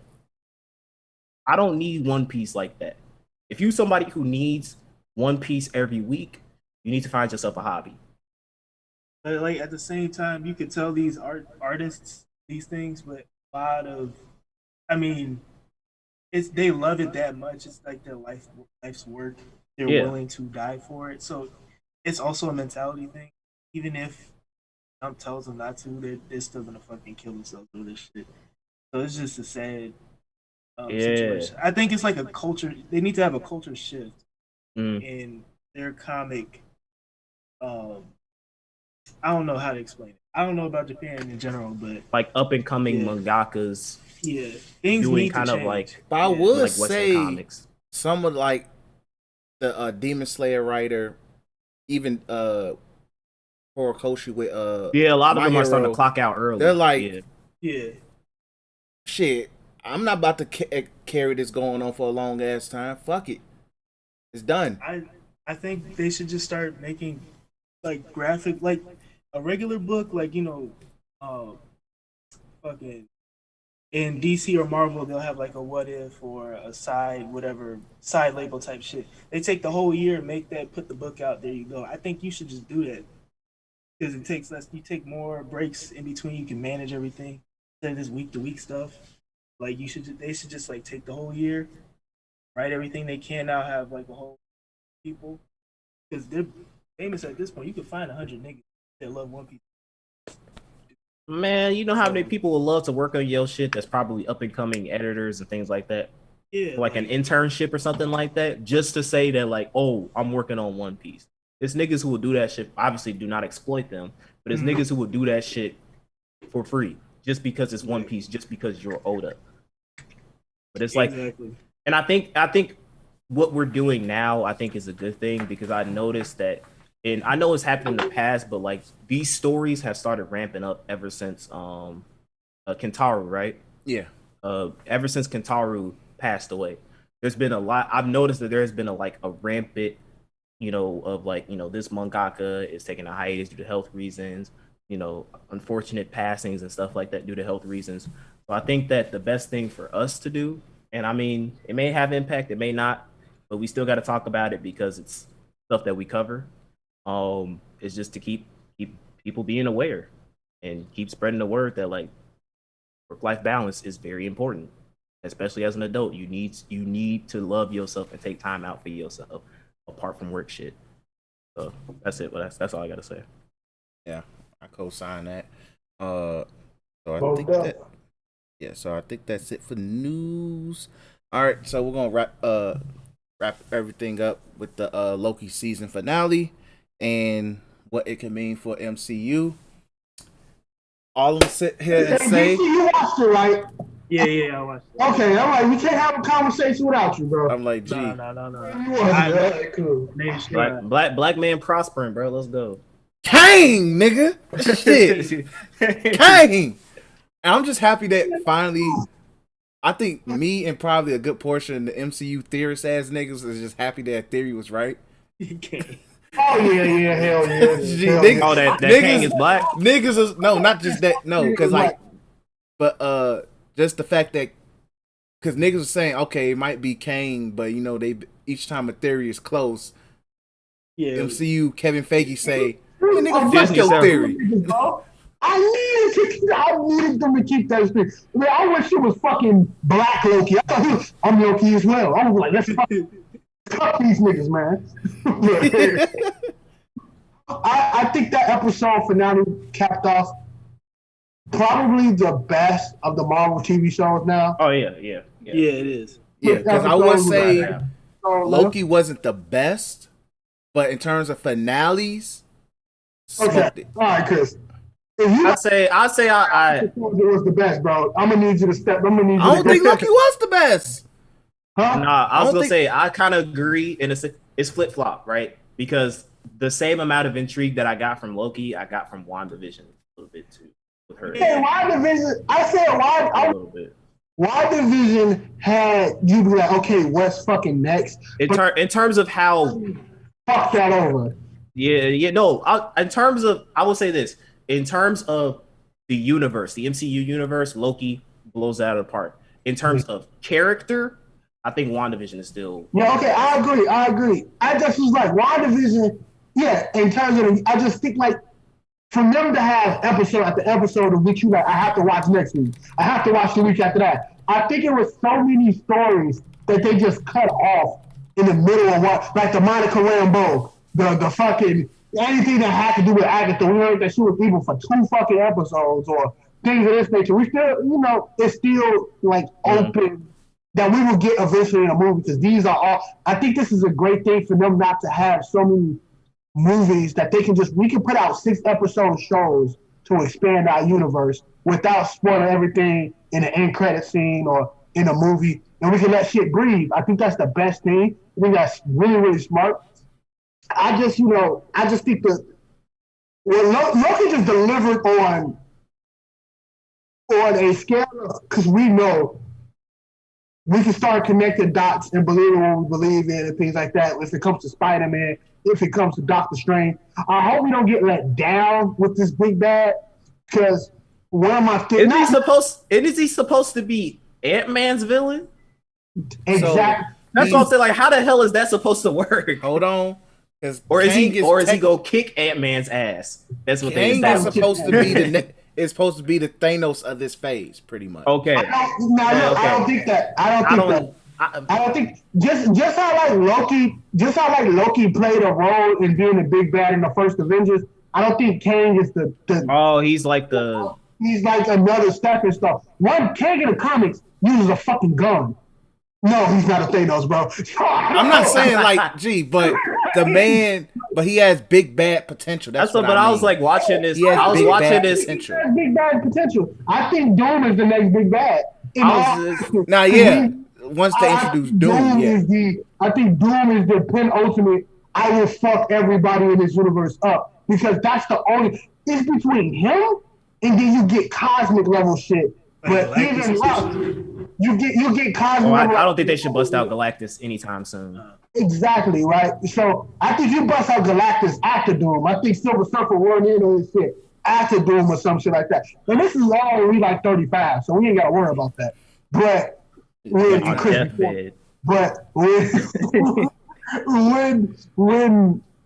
look at Kang, I see Kang as a stepping stone. One, he's a fucking scientist. Not no bright, no smart niggas.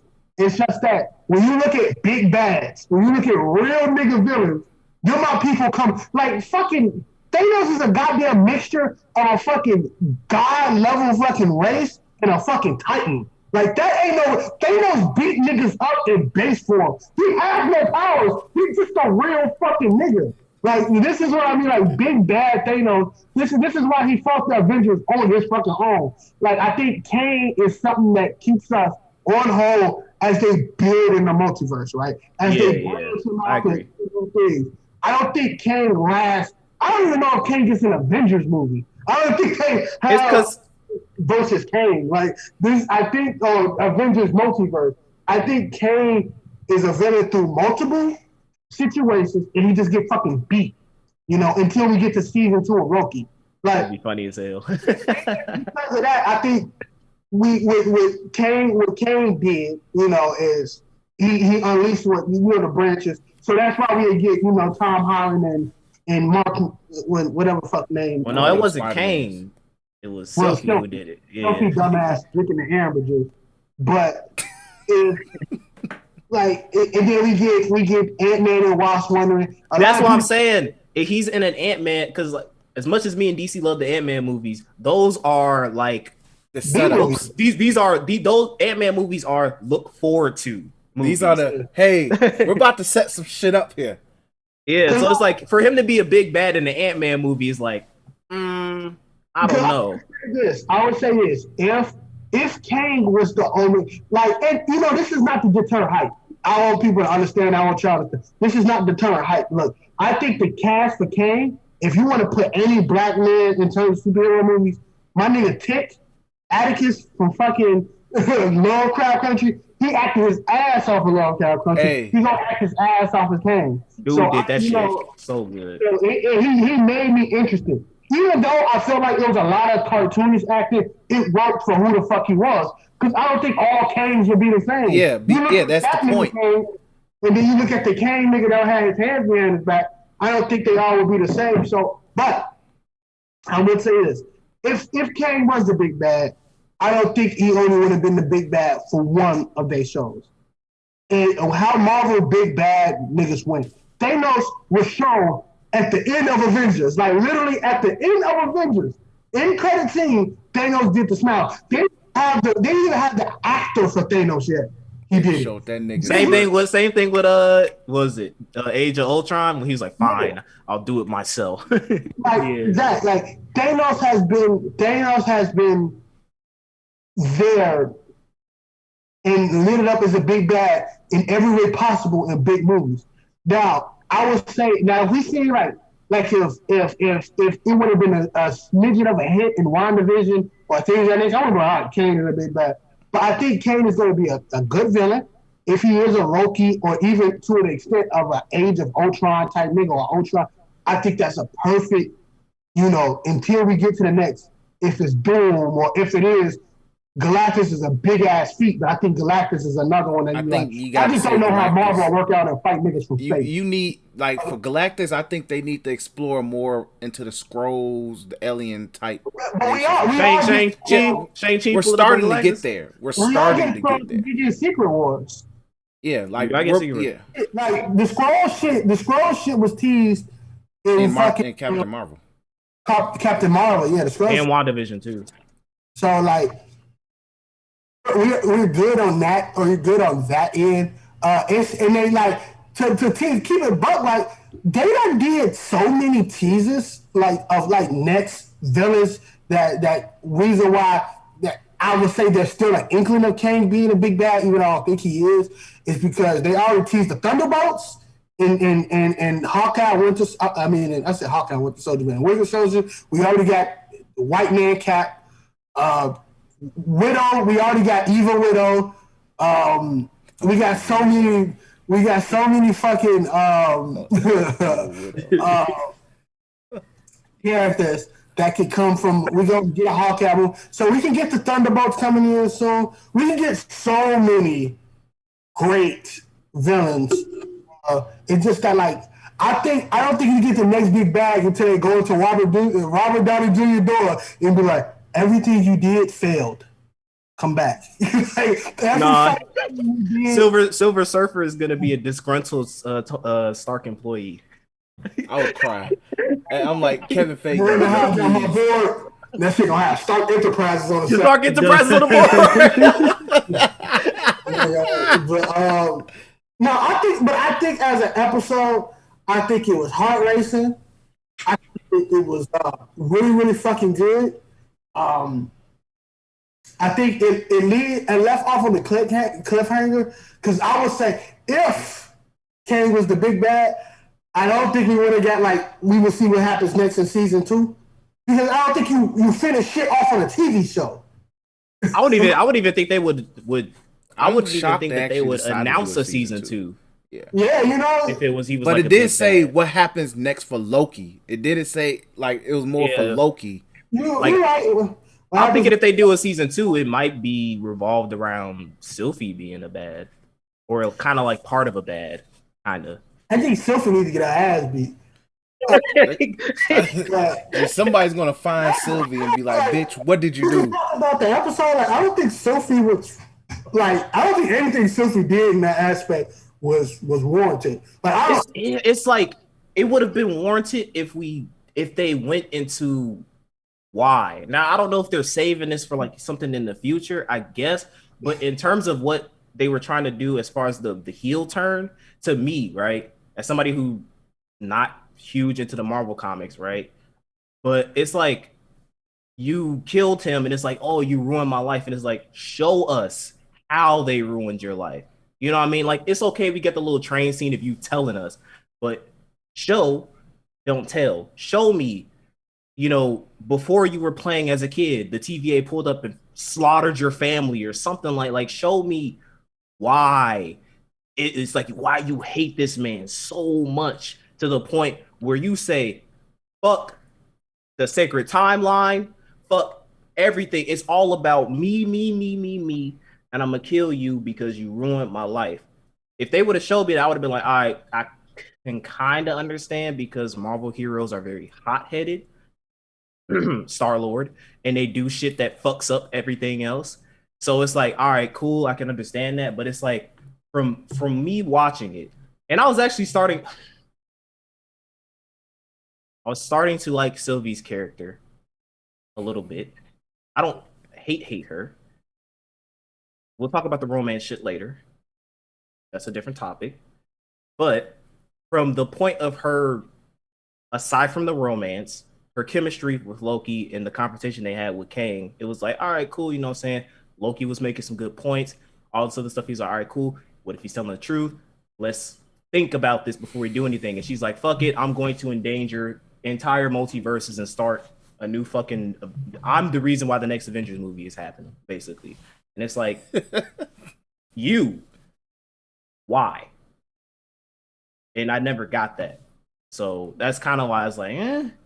But aside from that, I think that, well, I'll let y'all talk about the situation too. That's how I feel about it. I would say, to go back to what you were saying, I think the main reason why they was destroying the TVA, I thought was kind of bitch. Like I thought that was like the free will shit, right? Like, Yeah. I like that as a concept of why we about to, fuck up this whole universe. He said, like, look, you got so much evidence of this nigga knowing everything you're gonna do, to the point he said, I don't know what happens next. So choose the right fucking move. Right. Because we need free will. You got a bunch of free will. Now you about to be a fucking slave to a nigga. Like, you fucked. Like, you fucked. So, like, it's I think that, and I'll be done after I say this shit crazy thought, but like, I think that as a way for like the cameo of Sylvie taking out the Immortus version of Kang. Prime Kang. It's Prime. Wait, his name is not. It's not Kang. It's Immortus. This is Immortus. Yeah, that was Immortus. Yeah, that's his name. Yeah, this version of Kang, that version of Kang that we saw was Immortus, because he was like. Was that from like the comics or something, or yeah. in the show? Yeah, that's actually from the comics. Even the fit he had on was the same fit from that nigga winning the comics. Oh, okay. They changed. I guess they just changed the name, but yeah, his fucking title, the man who's like there or whatever it was. That He who remains. That shit dope. Yeah, this more so. But y'all can talk now. DC, go ahead. I'll say I enjoy Sylvie's character throughout the entire show.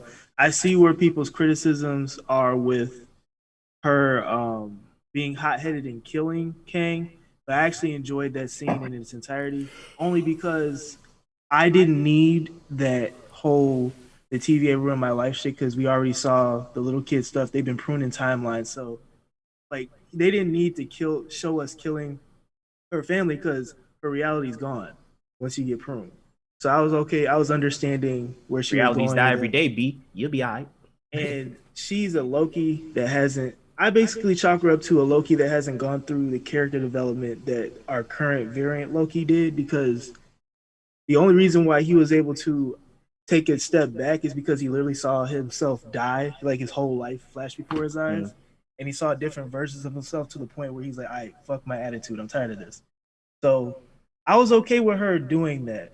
I see the romance plot lines being rushed and stuff, but I just enjoyed Sylvie, so I didn't really get irritated with her doing that. I felt like it was on brand with her, because like I just think of her as a female version of first Thor movie Loki, where like I don't give a fuck if it's the smart thing to do. I want to do it, because like his plan in the first Thor movie was stupid. I'm gonna bring the Frost Giants to Asgard, and then I'm gonna bring the Frost. Plan? So he's gonna bring the Frost Giants to Asgard. I'm gonna exile Thor. I don't want to kill him, but I'm gonna try and kill him and get him mad. Yeah. And then I'm gonna have the Frost Giants come to Asgard, and my father is asleep. And then I'm going to fake like I'm saving him and kill my actual Frost Giant dad in front of my mom to make it seem like I'm the savior of Asgard. But I didn't make sure Thor was dead. So Thor I'm surprised you remembered all that, bro. Because I actually like that was one of the first. I like the event of going to it. I don't like that movie. Seen that. Did he do something? What did he do in the second movie? We don't acknowledge the second movie. He fake died. Yeah, he fake died. We don't acknowledge the second movie. Oh, okay. But the second movie, like Loki's never been. He's mischievous, but he's never been smart in terms of thinking about the bigger picture. So it makes sense for Sylvie to also not be smart, thinking about the bigger picture. And then when we went to to see all the other variants, they were all pretty stupid. Like they just do what they want to do. So her, oh, I don't really care. I want to kill.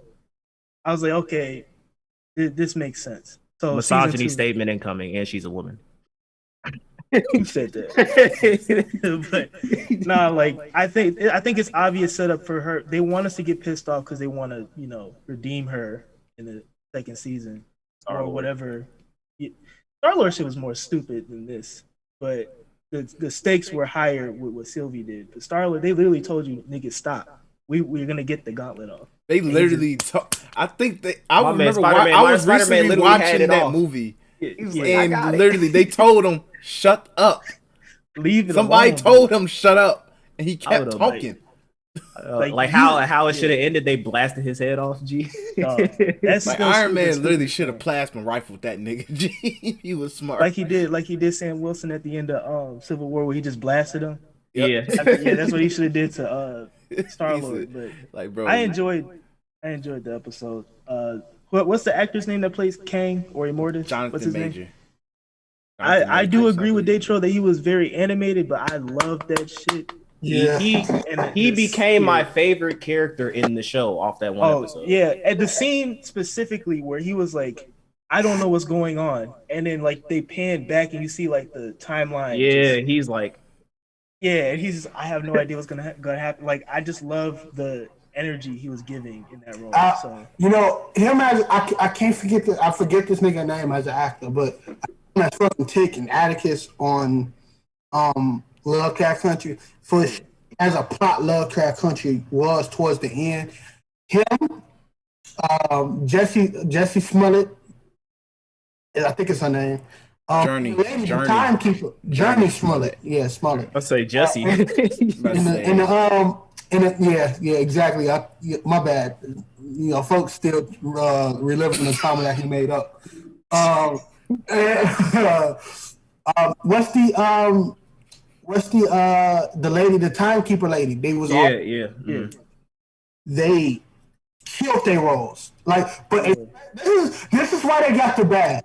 The two best actors in that show, other than the nigga Omar from The Wire. Omar from The Wire always play good, especially when he playing a gay nigga role. But you have was Tick and his Journey's sister. And they played their roles to perfection. And they got the Marvel bag. And no matter how many, I know a lot, two of them, one of them would be Marvel side character, and another one would be like a major villain.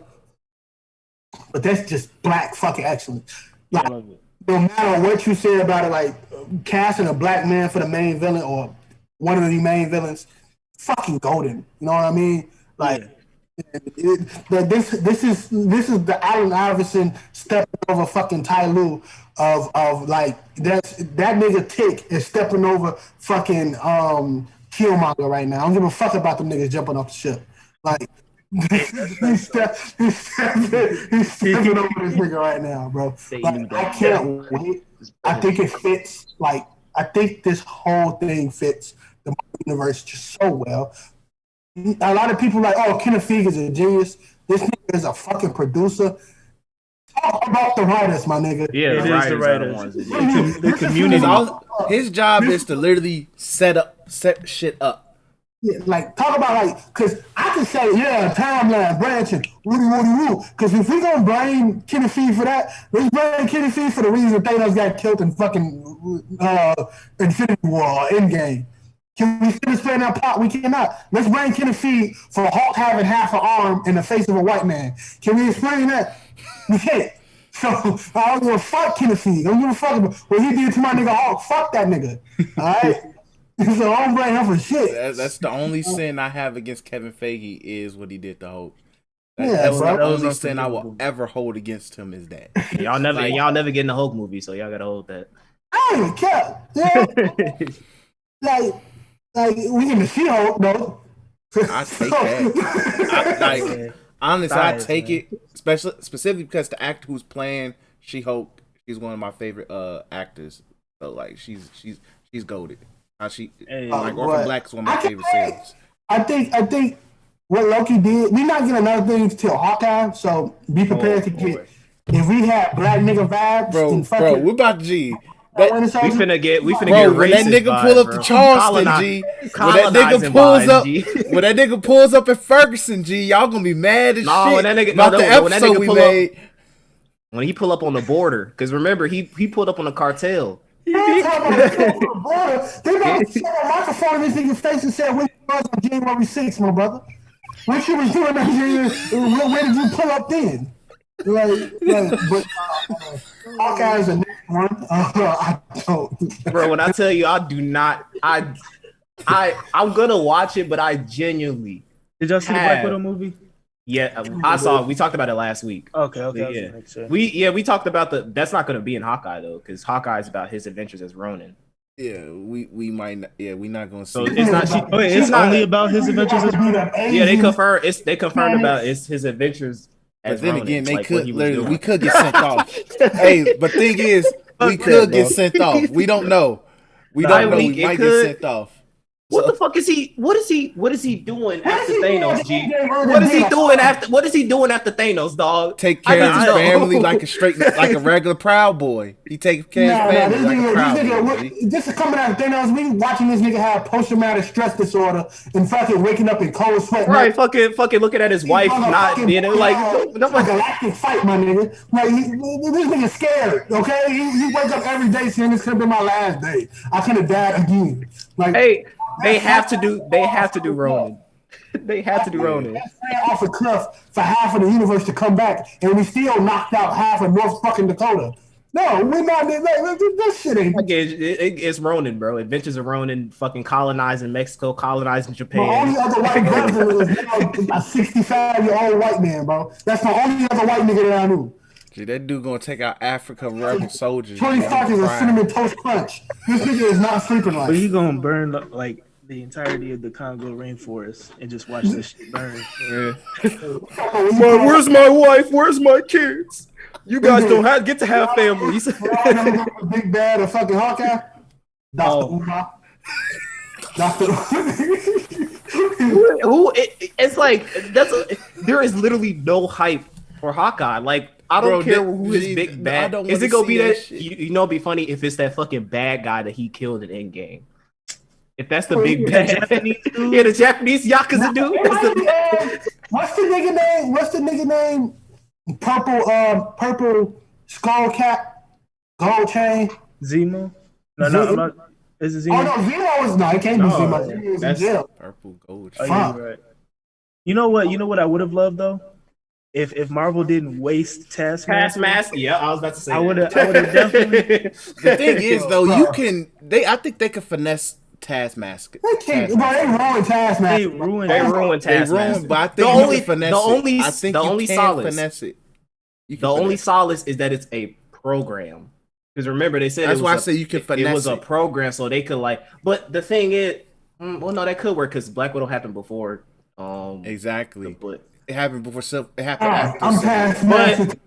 But Hawkeye against six, but I don't want.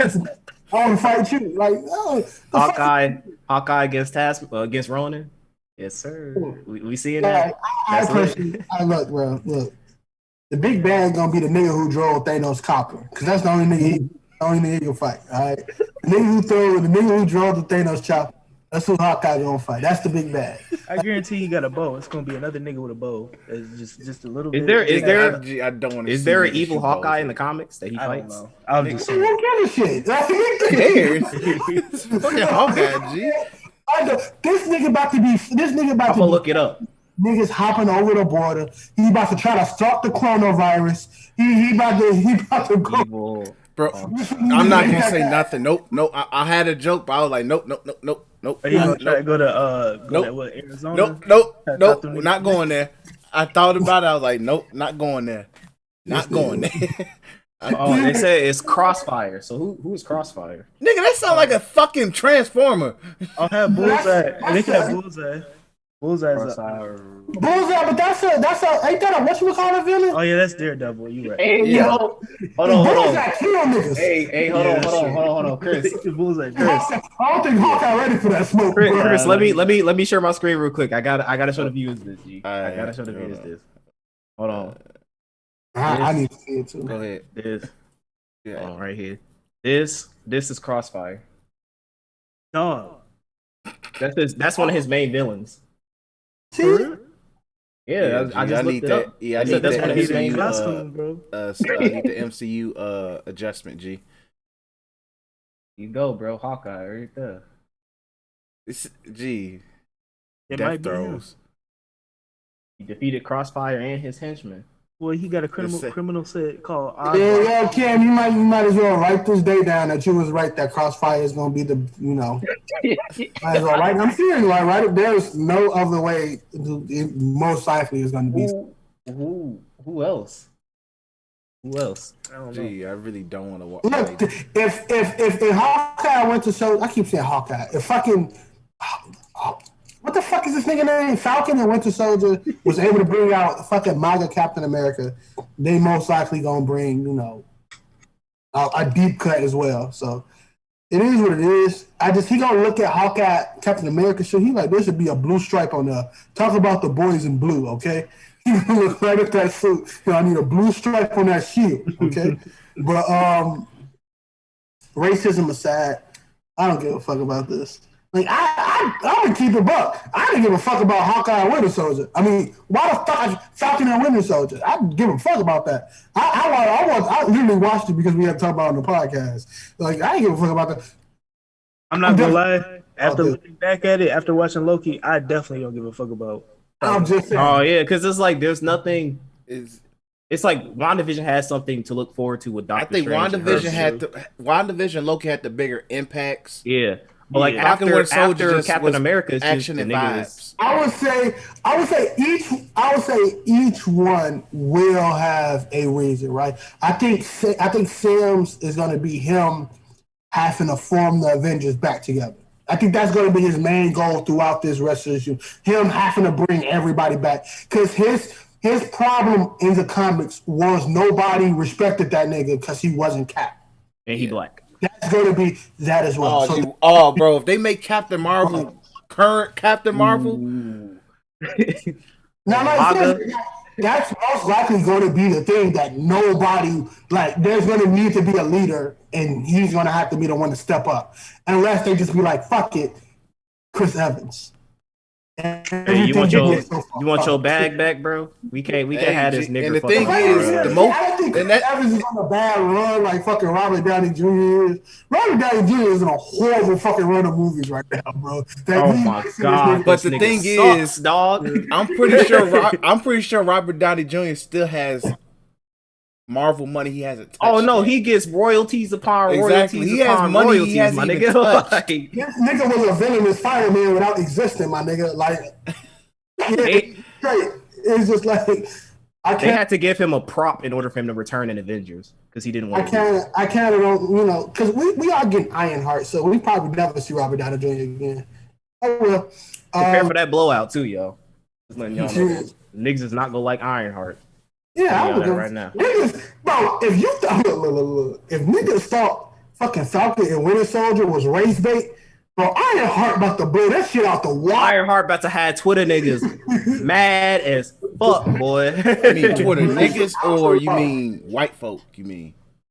Oh yeah, advanced prayers to whoever is playing the actress who is playing Ironheart too. Yeah. You know how them niggas be. Every female lead that's coming out because we don't get the female lead, so we about to like this shit. Man. They about to go through it. Niggas don't know how to differentiate reality and fiction. Speaking of that, before we end this Loki conversation, I wanted to talk about the low point of Loki, the worst part of Loki. It's Kylo and Rey. Will they? Won't they? Ew! Get out of here, man! Get out of here! That was me. He asked a question to me in the kitchen. He came up to me. He was like, "Bro, I need you to answer this question, legitly." And I don't know. I think he about to ask me, "Do you want to continue with the lease?" I'm like, "It's up to y'all." This nigga, would you fuck your variant?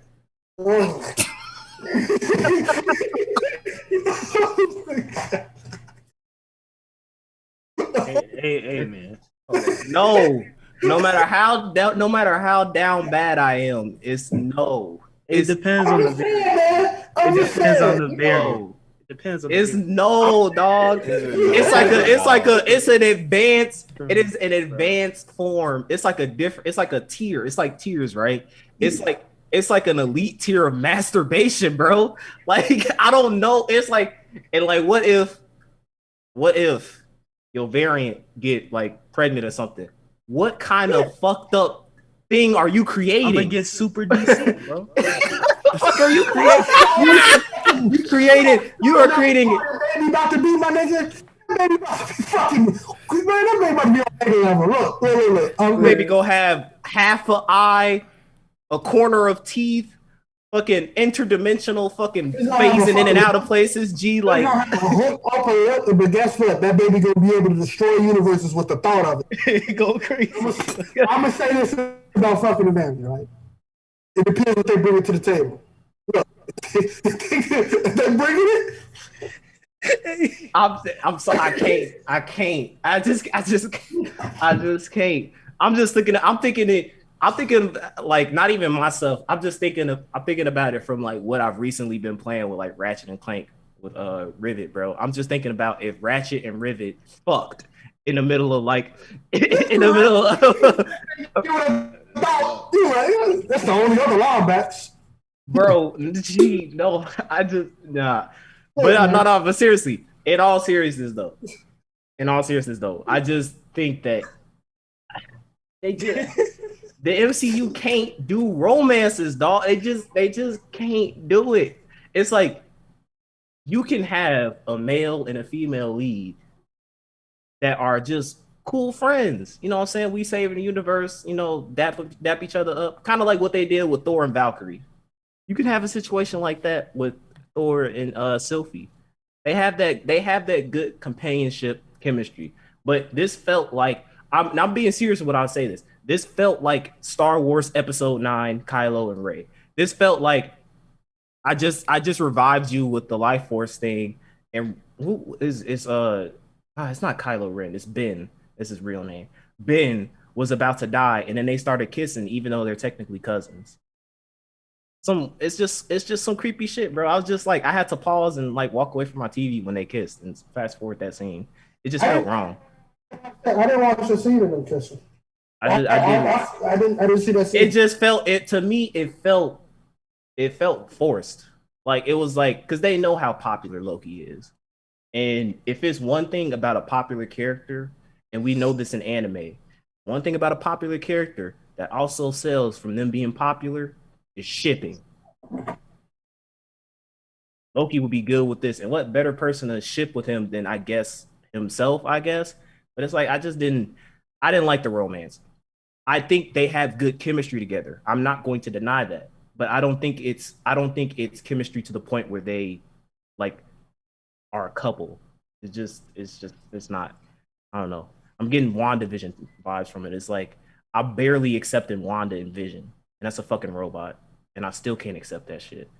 But yeah, I don't know. I don't know. I just thought it was weird. I didn't like it. That literally took me out the episode when I saw that. And then Black Man brought him back. The romance, you know, they had to do it. I think. Yeah, it was because he's popular. It's a weird concept in every medium that if there's a female next to you, y'all have to fuck. It's weird, bro. It's just sometimes we can't be, you know, physical. Now, this is not me saying I wouldn't fuck my variant. I'm just saying you don't always have to fuck everything you see that's a female, G. Right. I didn't I like literally that romance did this for me. It just went one ear and out the other. I would have been cool if Loki was just like, nah, I'm into niggas.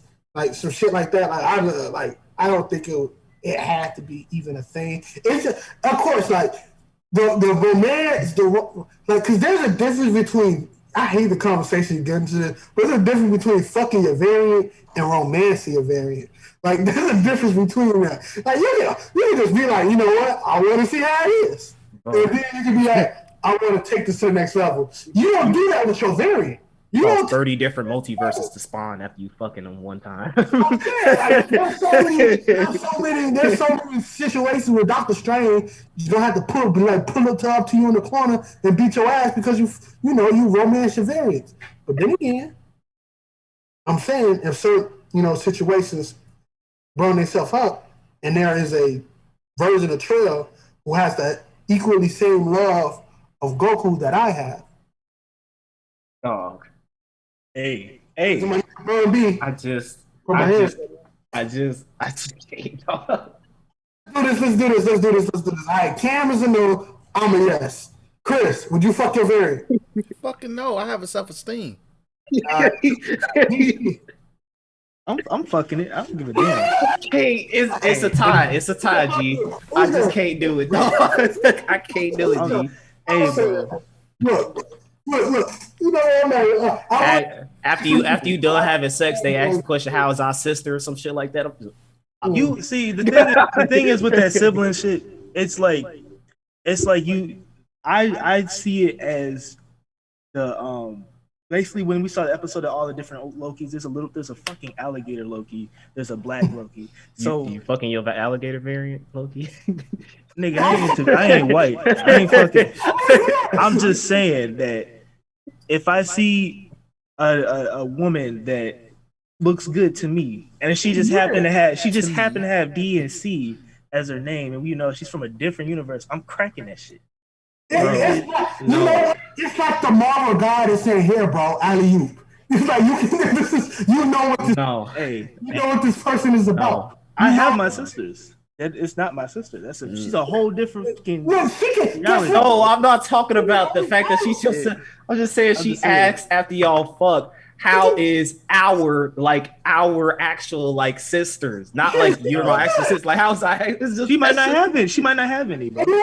When he's grown fine, fuck it. I don't give a fuck. Yeah, bro. I can separate, bro. Listen, I can separate. It don't matter. It don't matter if she got triple D titties, ass bouncing to the moon, bro.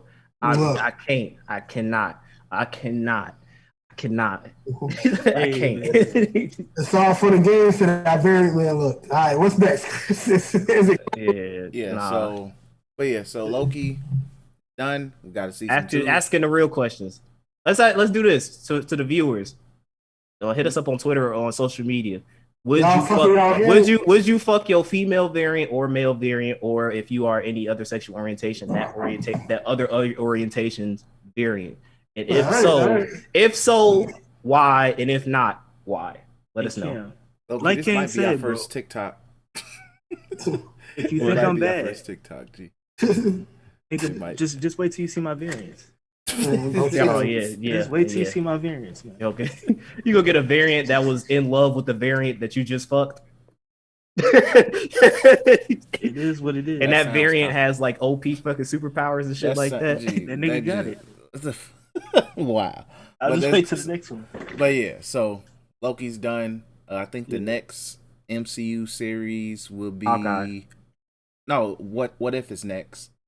Then it's Hawkeye, I believe. I'm be honest, I don't give a fuck what's coming next. Cause I'm not really that excited about what. Even nothing else is like they really start off with the hype shit because movie wise, I know Shang-Chi. Oh my god! Hold on.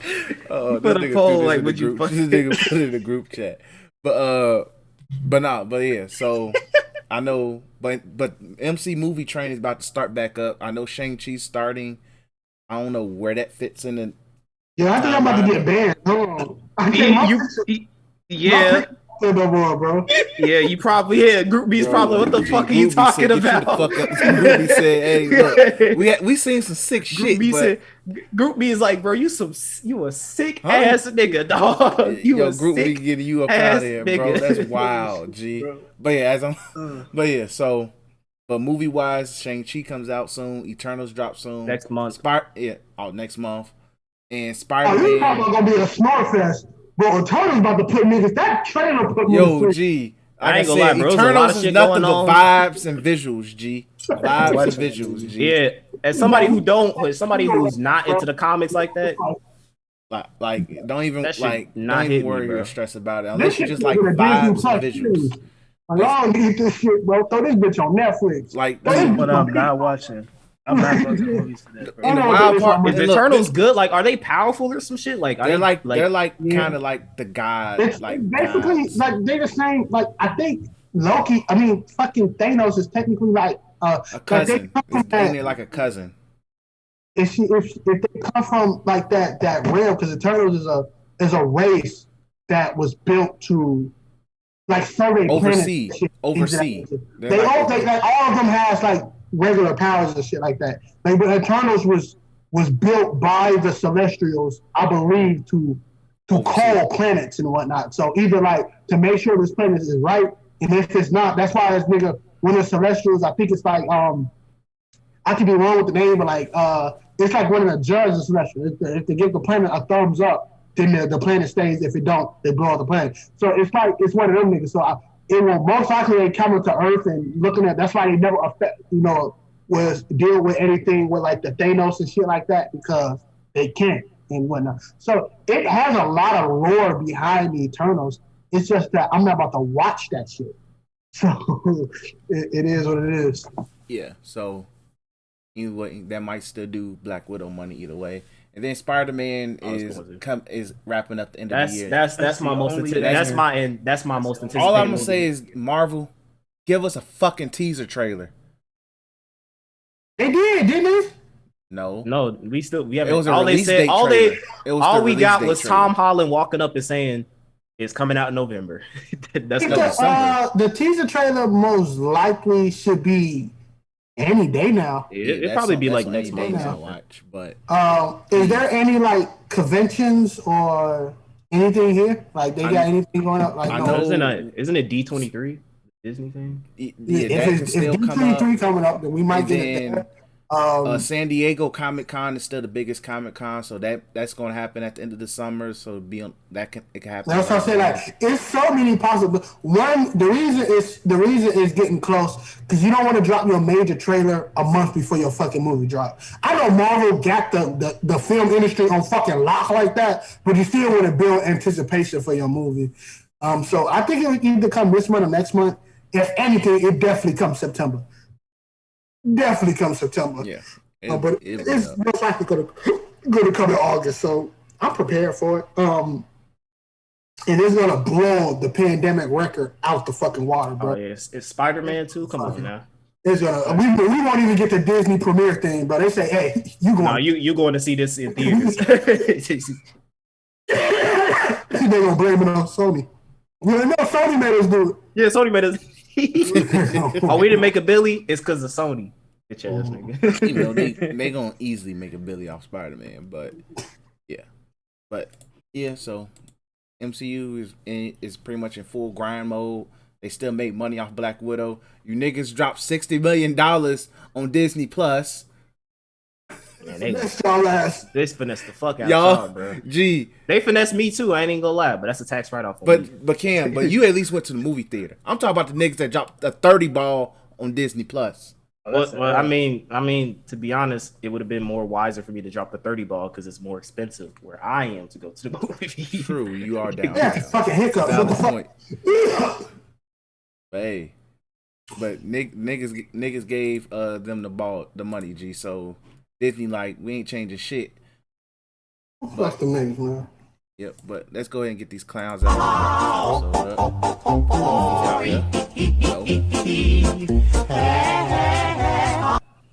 All right, man. So,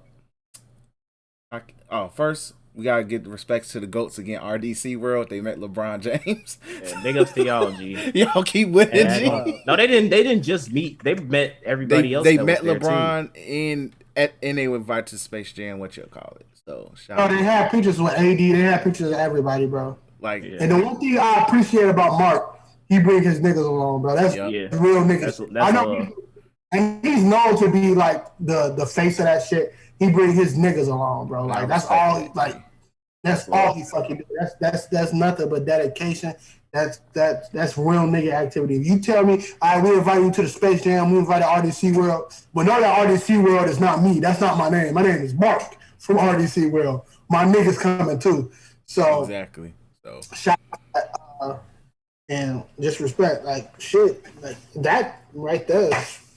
Shit, I can retire a happy man. I got the Bron cosign. Shit, just play my videos on loop. Get that YouTube money, nigga. Man said, man had a video of LeBron saying, I'm only 36, bro. Like that's you got J. Cole saying the Jermaine Cole. Like, I mean, like you just love to see black people out here prospering, G. Yep. So shout out to RDC World. Y'all out doing y'all thing. Y'all inspirations to us. Now clowns, while we on topic Space Jam. Grown ass, take y'all LeBron. The hate y'all have for LeBron is, and it's just the Knicks that have hate for LeBron. G, y'all are the only ones being overly critical of this fucking movie. G, I don't need to see a paragraph from a 26, 30, 42-year-old man about how they didn't like Space Jam 2. G, I don't care. I don't. I really don't give a fuck. Honestly, it's a kids movie. I don't care. Let the kids enjoy it. Shout out to the OGs that literally let their kids enjoy a kids movie. If you wanted to go ahead and watch Space Jam, you didn't like it, cool. But I'm talking to the niggas that making think pieces, breaking down the movie and not script getting by paid script, for it. Not getting paid for it. Let the hate that y'all have for LeBron out. It's okay, because you're not getting paid like Skip Bayless to hate the man. It's okay. Michael Jordan's not going to remove the cum off your lip because y'all think he's the GOAT. It's okay. He's going to be fine. Michael Jordan is going to continue smoking them big-ass cigars and wears oversized jeans. One of the things that they said was like, oh, this is one big ad. I want to tell you niggas. That's what the original the fucking Space Jam was one big-ass ad, bro. It was based off of an ad. They made a movie based off of a ad commercial. For Michael Jordan, Nike and Jordan, and fucking Warner Tunes, and Bugs Bunny, bro. And it was Bugs like, Bunny. Let's just make this into a movie. There's literally a Jordan shoe called the Space Jam. They realized that a lot of your 90s cartoons that y'all nostalgic into Teenage Mutant Ninja Turtles, Transformers, all those old shows was huge ass advertisements for y'all to buy their products, their toy products and shit like that. So take your glasses off, because OG Space Jam wasn't all that good either. If it's people that's comparing the fact that it's LeBron and not Michael Jordan, OG Space Jam wasn't that amazing as well. So it's like, who cares? Let kids be kids. If they like it, they like it. If you don't like it, you are entitled to that opinion. But I don't need to see no paragraph. If you're not getting paid for it to do reviews like Angry Joe or something like that, you getting paid to slander shit. Maybe keep it to yourself. You know what I'm saying? The funny thing is, like, bro, like just because of who he is, we should not watch it. If you want to watch a kid movie, you gotta watch that shit with the. This is for a kid in the lens so when of you see a Porky Pig rap, when you seeing fucking like if a fucking granny like that's all kid shit, bro. Like this is really for like, Fortnite shit. If my little brother is gonna be like, oh shit, Porky Pig was rapping. Like my little brother, I forget what movie it was that everybody had a cringe moment, but my little brother walked around that fucking house saying that moment all the time. Not because it was cringe, because it was like fucking. It was meant for him. Like, so like that's how I'm like. This shit. I ain't watching because I just don't feel like watching that shit. We technically got it if you got HBO Max, but I'm not watching that shit. I'm not in a rush. Watching that shit. Like I was on HBO Max all day yesterday. I was watching not Sopranos, but I was trying to find new shows to binge, right? And you know how many times I saw Space Jam, watch me. I skipped over, not because I don't want to watch it. It's just like, well, I don't want to watch it. It's like am I going to watch Boss Baby after that? Am I going to watch Coco Lemon or Melon, whatever the fuck that shit called? No, I don't have nobody's baby mama with their kid in. I'm trying to smash, bro. I'm Gucci. You know what I mean? So it I ain't trying to be a stepdaddy yet. You know what I mean? But fuck them niggas, man. That was weird ass discourse, man. And also, one more clown niggas that's mad at Ninja for saying that that the Chimera Ant arc is the most overrated anime arc of all time. G. Shout out to Ninja became one of Chris's favorite content creator after that. He became the GOAT because of that. But you niggas that's mad, it's okay because Horikoshi don't care. My man's is relaxing, counting them Sailor Moon checks Playing Dragon Fuck that Quest series, 11. G. It's been Looking forward to 900 Dragon plus Quest 12. days. It's been 900 plus days. Your man's don't talk to y'all, G. He ain't giving y'all no content. But Ninja spoke the truth. Command and Arc is overrated as hell. I've been speaking the truth.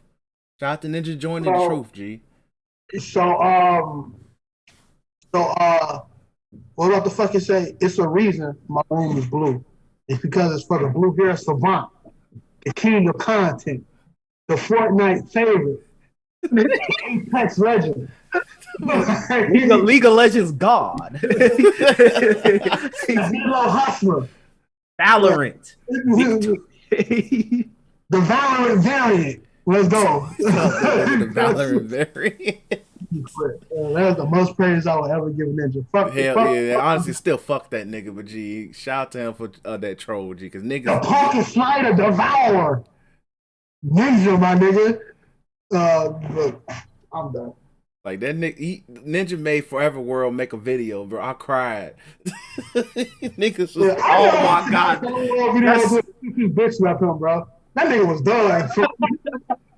I unsubscribed from folks a long ass time ago. I didn't realize he made a video about that. Is he really that bad?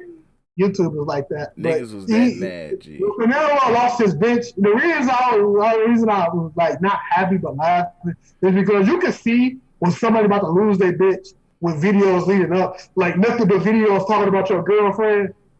You about to lose her, brother. Like I'm telling you, right? It's something about when you brag about a bitch. Like you about to lose her in 2 months, my nigga. It's so fucking hilarious, bro. I've seen a lot of YouTubers do that. And the very next update video is the reason why I took a 2-month break is because The truth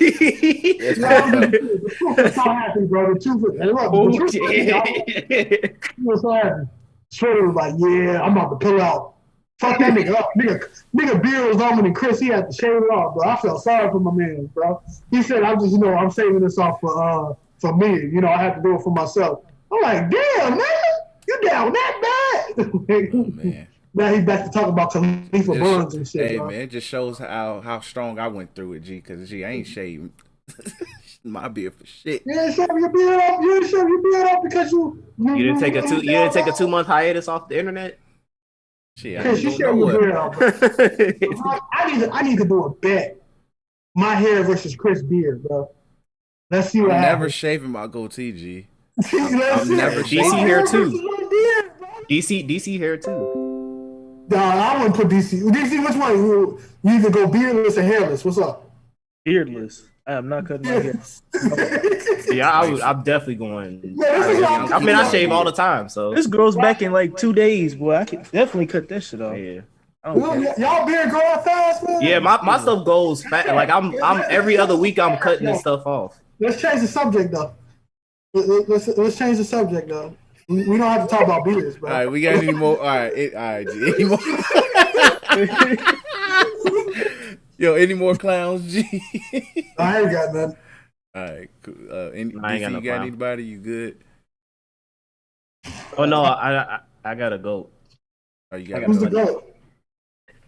All right, so listen. Y'all listen to me while I say this whole thing, all right? Now, shit. We'll take y'all back to a time with little Cam back in my old house in the south side of Chicago.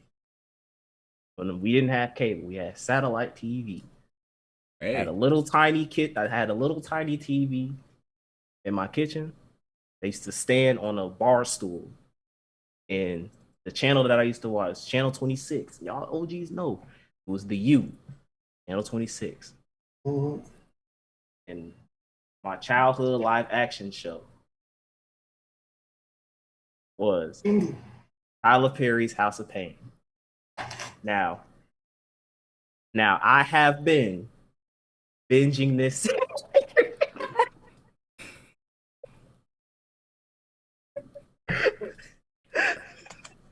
Hell no. I have been binging. I got BET Plus, and I have been binging this series. I'm on season 8 right now. There was 8 seasons? Yes, 8 is season 8. What nigga watching the Crackhead Chronicles, bro. All right, bro. But you know what's funny though? You know what's funny is I thought that Janine going on crack. I thought that was in like season 4 or something. That's the first season. That's like the first couple episodes where bro, she burned the house down, robbed them niggas multiple times, stole credit, bro. The show, okay. In all seriousness, though, I have been binging this series, and this is one of the things, bro. I am vulnerable to Facebook algorithms, G. Because for the longest time, every time I was looking at some Facebook videos, the video after it would be a fucking House of Pain clip. Because I think I think they just finished season 9, and I didn't know that they renewed the season. Bro, I didn't know it's still going. I didn't know that either. So I was like, you know what? Fuck it. I'm gonna relive my childhood, and I'm gonna rewatch all of House of Pain and see how it holds up. And surprisingly, it's pretty decent. It's not the best. It's not the best thing ever. It's not freaking premiere. It's not like if I were to give it an honest rating, I'm not giving it a 10 out of 10, bro. I'm not giving it a 10 out of 10. I'm not giving it a 9 out of 10. I'm not even giving it an 8 out of 10, nor a 7. But in my current state of mind, where I literally just needed something to watch, where I don't have to pay that much attention to, that's not anime, that's not YouTube videos or anything like that, this has been a good watch. Because I've been watching this while playing Monster Hunter. So I don't really pay much attention to it. It's just background noises. But what I catch of it is like, decent. So I'm going to give my GOAT, not the Tyler Perry, but the House of Pain. Because I was reliving my childhood. Because I remember that was little, because like that's all I had back. That's all I had when I was a kid. Because we got rid of cable. So all I had was my tiny ass fucking white TV in the kitchen with horrible satellite connection to the point where I could only watch fucking, what was it, Channel 11, which was PBS Kids, and fucking Channel 26, and then Channel 9 for Saturday morning cartoons. Look, I can't take it. A goat is a goat. You got it. But I never thought in the history of this podcast that Tyler Perry would be brought up. Goat. No, not Tyler Perry. How about House of Pain? Bro. Hey, that's so good. I can't. If I wanted to get Sopranos a go, look, I'd just stand and show of a sociopath monster, a mobster, bro. You love what you love. I've been watching this shit for 8 seasons, bro. I gotta give it its flowers, G. There's a reason why Tyler Perry is not seeing the pearly gates of heaven, even though he's a Christian. There's a reason. No, if you see his recent stuff, we ain't gonna talk about that. But his OG stuff, like House of Pain, that was decent. But like his new, if you watch his new stuff with the wigs and shit like that, you crossing a different territory. You crossing a different breed of God has a couple questions for you when you go to see him up there. You just gonna want to know some things, Tyler Perry. All right, man. We wrapping this up. All right, make sure Out to Tyler Perry. Let's go. They sponsor us. Sponsor me. BT, holla at your boy. Hey, BT, throw the bag, G. So let's go ahead and wrap this episode up. Thanks for listening. As always, you know where to find us on Twitter at the Black Otakus, the one and only. Also, make sure you follow us follow, subscribe on YouTube at, of course, the You Tweaking Media brand. We have all our Black Otakus content, Black Otaku plays, reviews. We probably gonna do a Black Otaku review some point this week. Yeah, this week. So. Yep. Because the Super and Boruto chapter come out, so. Yep, and we. Hit me up with the invite so I can talk about this guy. Oh, God, Vegeta. Okay, hold on, real quick. Consensus of what? Because have we all seen the supposed look of what it's supposed to be? Yeah. I'm sorry, that shit look ugly as fuck to me. The eyebrow. Why the fuck we gotta see nigga brow bones? Unless it's Super Saiyan 3, that shit just looks gross to me. I didn't like it on Super Saiyan 3. I just think, I stay in Goku. But, like, me and Extra was doing research, and we looked up the God of Destruction. I was like, oh, maybe because none of the God of Destruction had eyebrows. there's two God of Destruction with eyebrows, so it's not that case. And they're all different races too, so it wouldn't matter if him looking like one of them. No, I was just thinking like if you turn God of Destruction and take your eyebrows away, you know what I mean? Oh, but yeah, that didn't happen to Topo, right? Topo didn't have eyebrows, I think. Oh, yeah, but Topo also didn't have fucking hair. He had that mustache. He had a mustache. He had the Dr. Robotnik mustache. Yeah, that's smooth as fuck. That should look gross to me. I'm sorry, it don't look right. I know my was in their bag too, but I gotta I definitely gotta get this super chapter. It was looking one for the ages, but we might get another Vegeta wash. It's looking one for the ages. According to the summaries that I read, like I kind of spoiled myself a little bit on the spoilers. They're all leaks, so like I don't fucking know. Like if it can go, we gotta end this podcast, but it can go Vegeta mock this nigga, but Vegeta ended up not controlling his power. He passing out to Vegeta doing all he can, and this nigga still like, I wish to be the strongest in the world. So fuck him. So I don't fucking know, bro. Yeah, we'll see. But Black Otaku reviews coming out next week. We're recording this weekend, so next week it'll be out. And Threes from the Ring. We got finals coverage. Probably we'll have our finals episode probably some point this week whenever finals. Whoever wins, we will drop the episode that day. Yeah, so literally that night. So when is the game 6? Didn't game 6 happen today? Game 6 is tomorrow. Tuesday. No, Tuesday. Tuesday they did another 2 days? Yes. Fuck, bro, I hate that shit, bro. Yep. So hopefully, if the Bucks do the job, because we know if you have been listening to Threes from the Ring, Dater hates Game 7. So if not, Game 7. Don't want Game 7. Everybody, we need a Game 7. No, we don't. I don't feel like watching the score 83 to 87. Fucking 4 turnovers in the first 2 minutes of the fourth quarter because nobody want to end this shit. I don't want it. But yeah, so we got a lot of content coming out for you guys. New Timeless Vibes is up. Also, make sure you what else in my stream Chaz Vibe. All the smoke videos out. Lots of new music on his iTunes. I mean, I'm not calling this shit iTunes. Ancient as hell. Apple Music and Spotify. Check all his new music as well. Album coming out, I think, in September. So be on the lookout for Chaz Vibe Do-Rag Season. Pre-order $5. Apple Music. But thanks for listening. Copy some merch. YouTweakingmedia.net. And peace.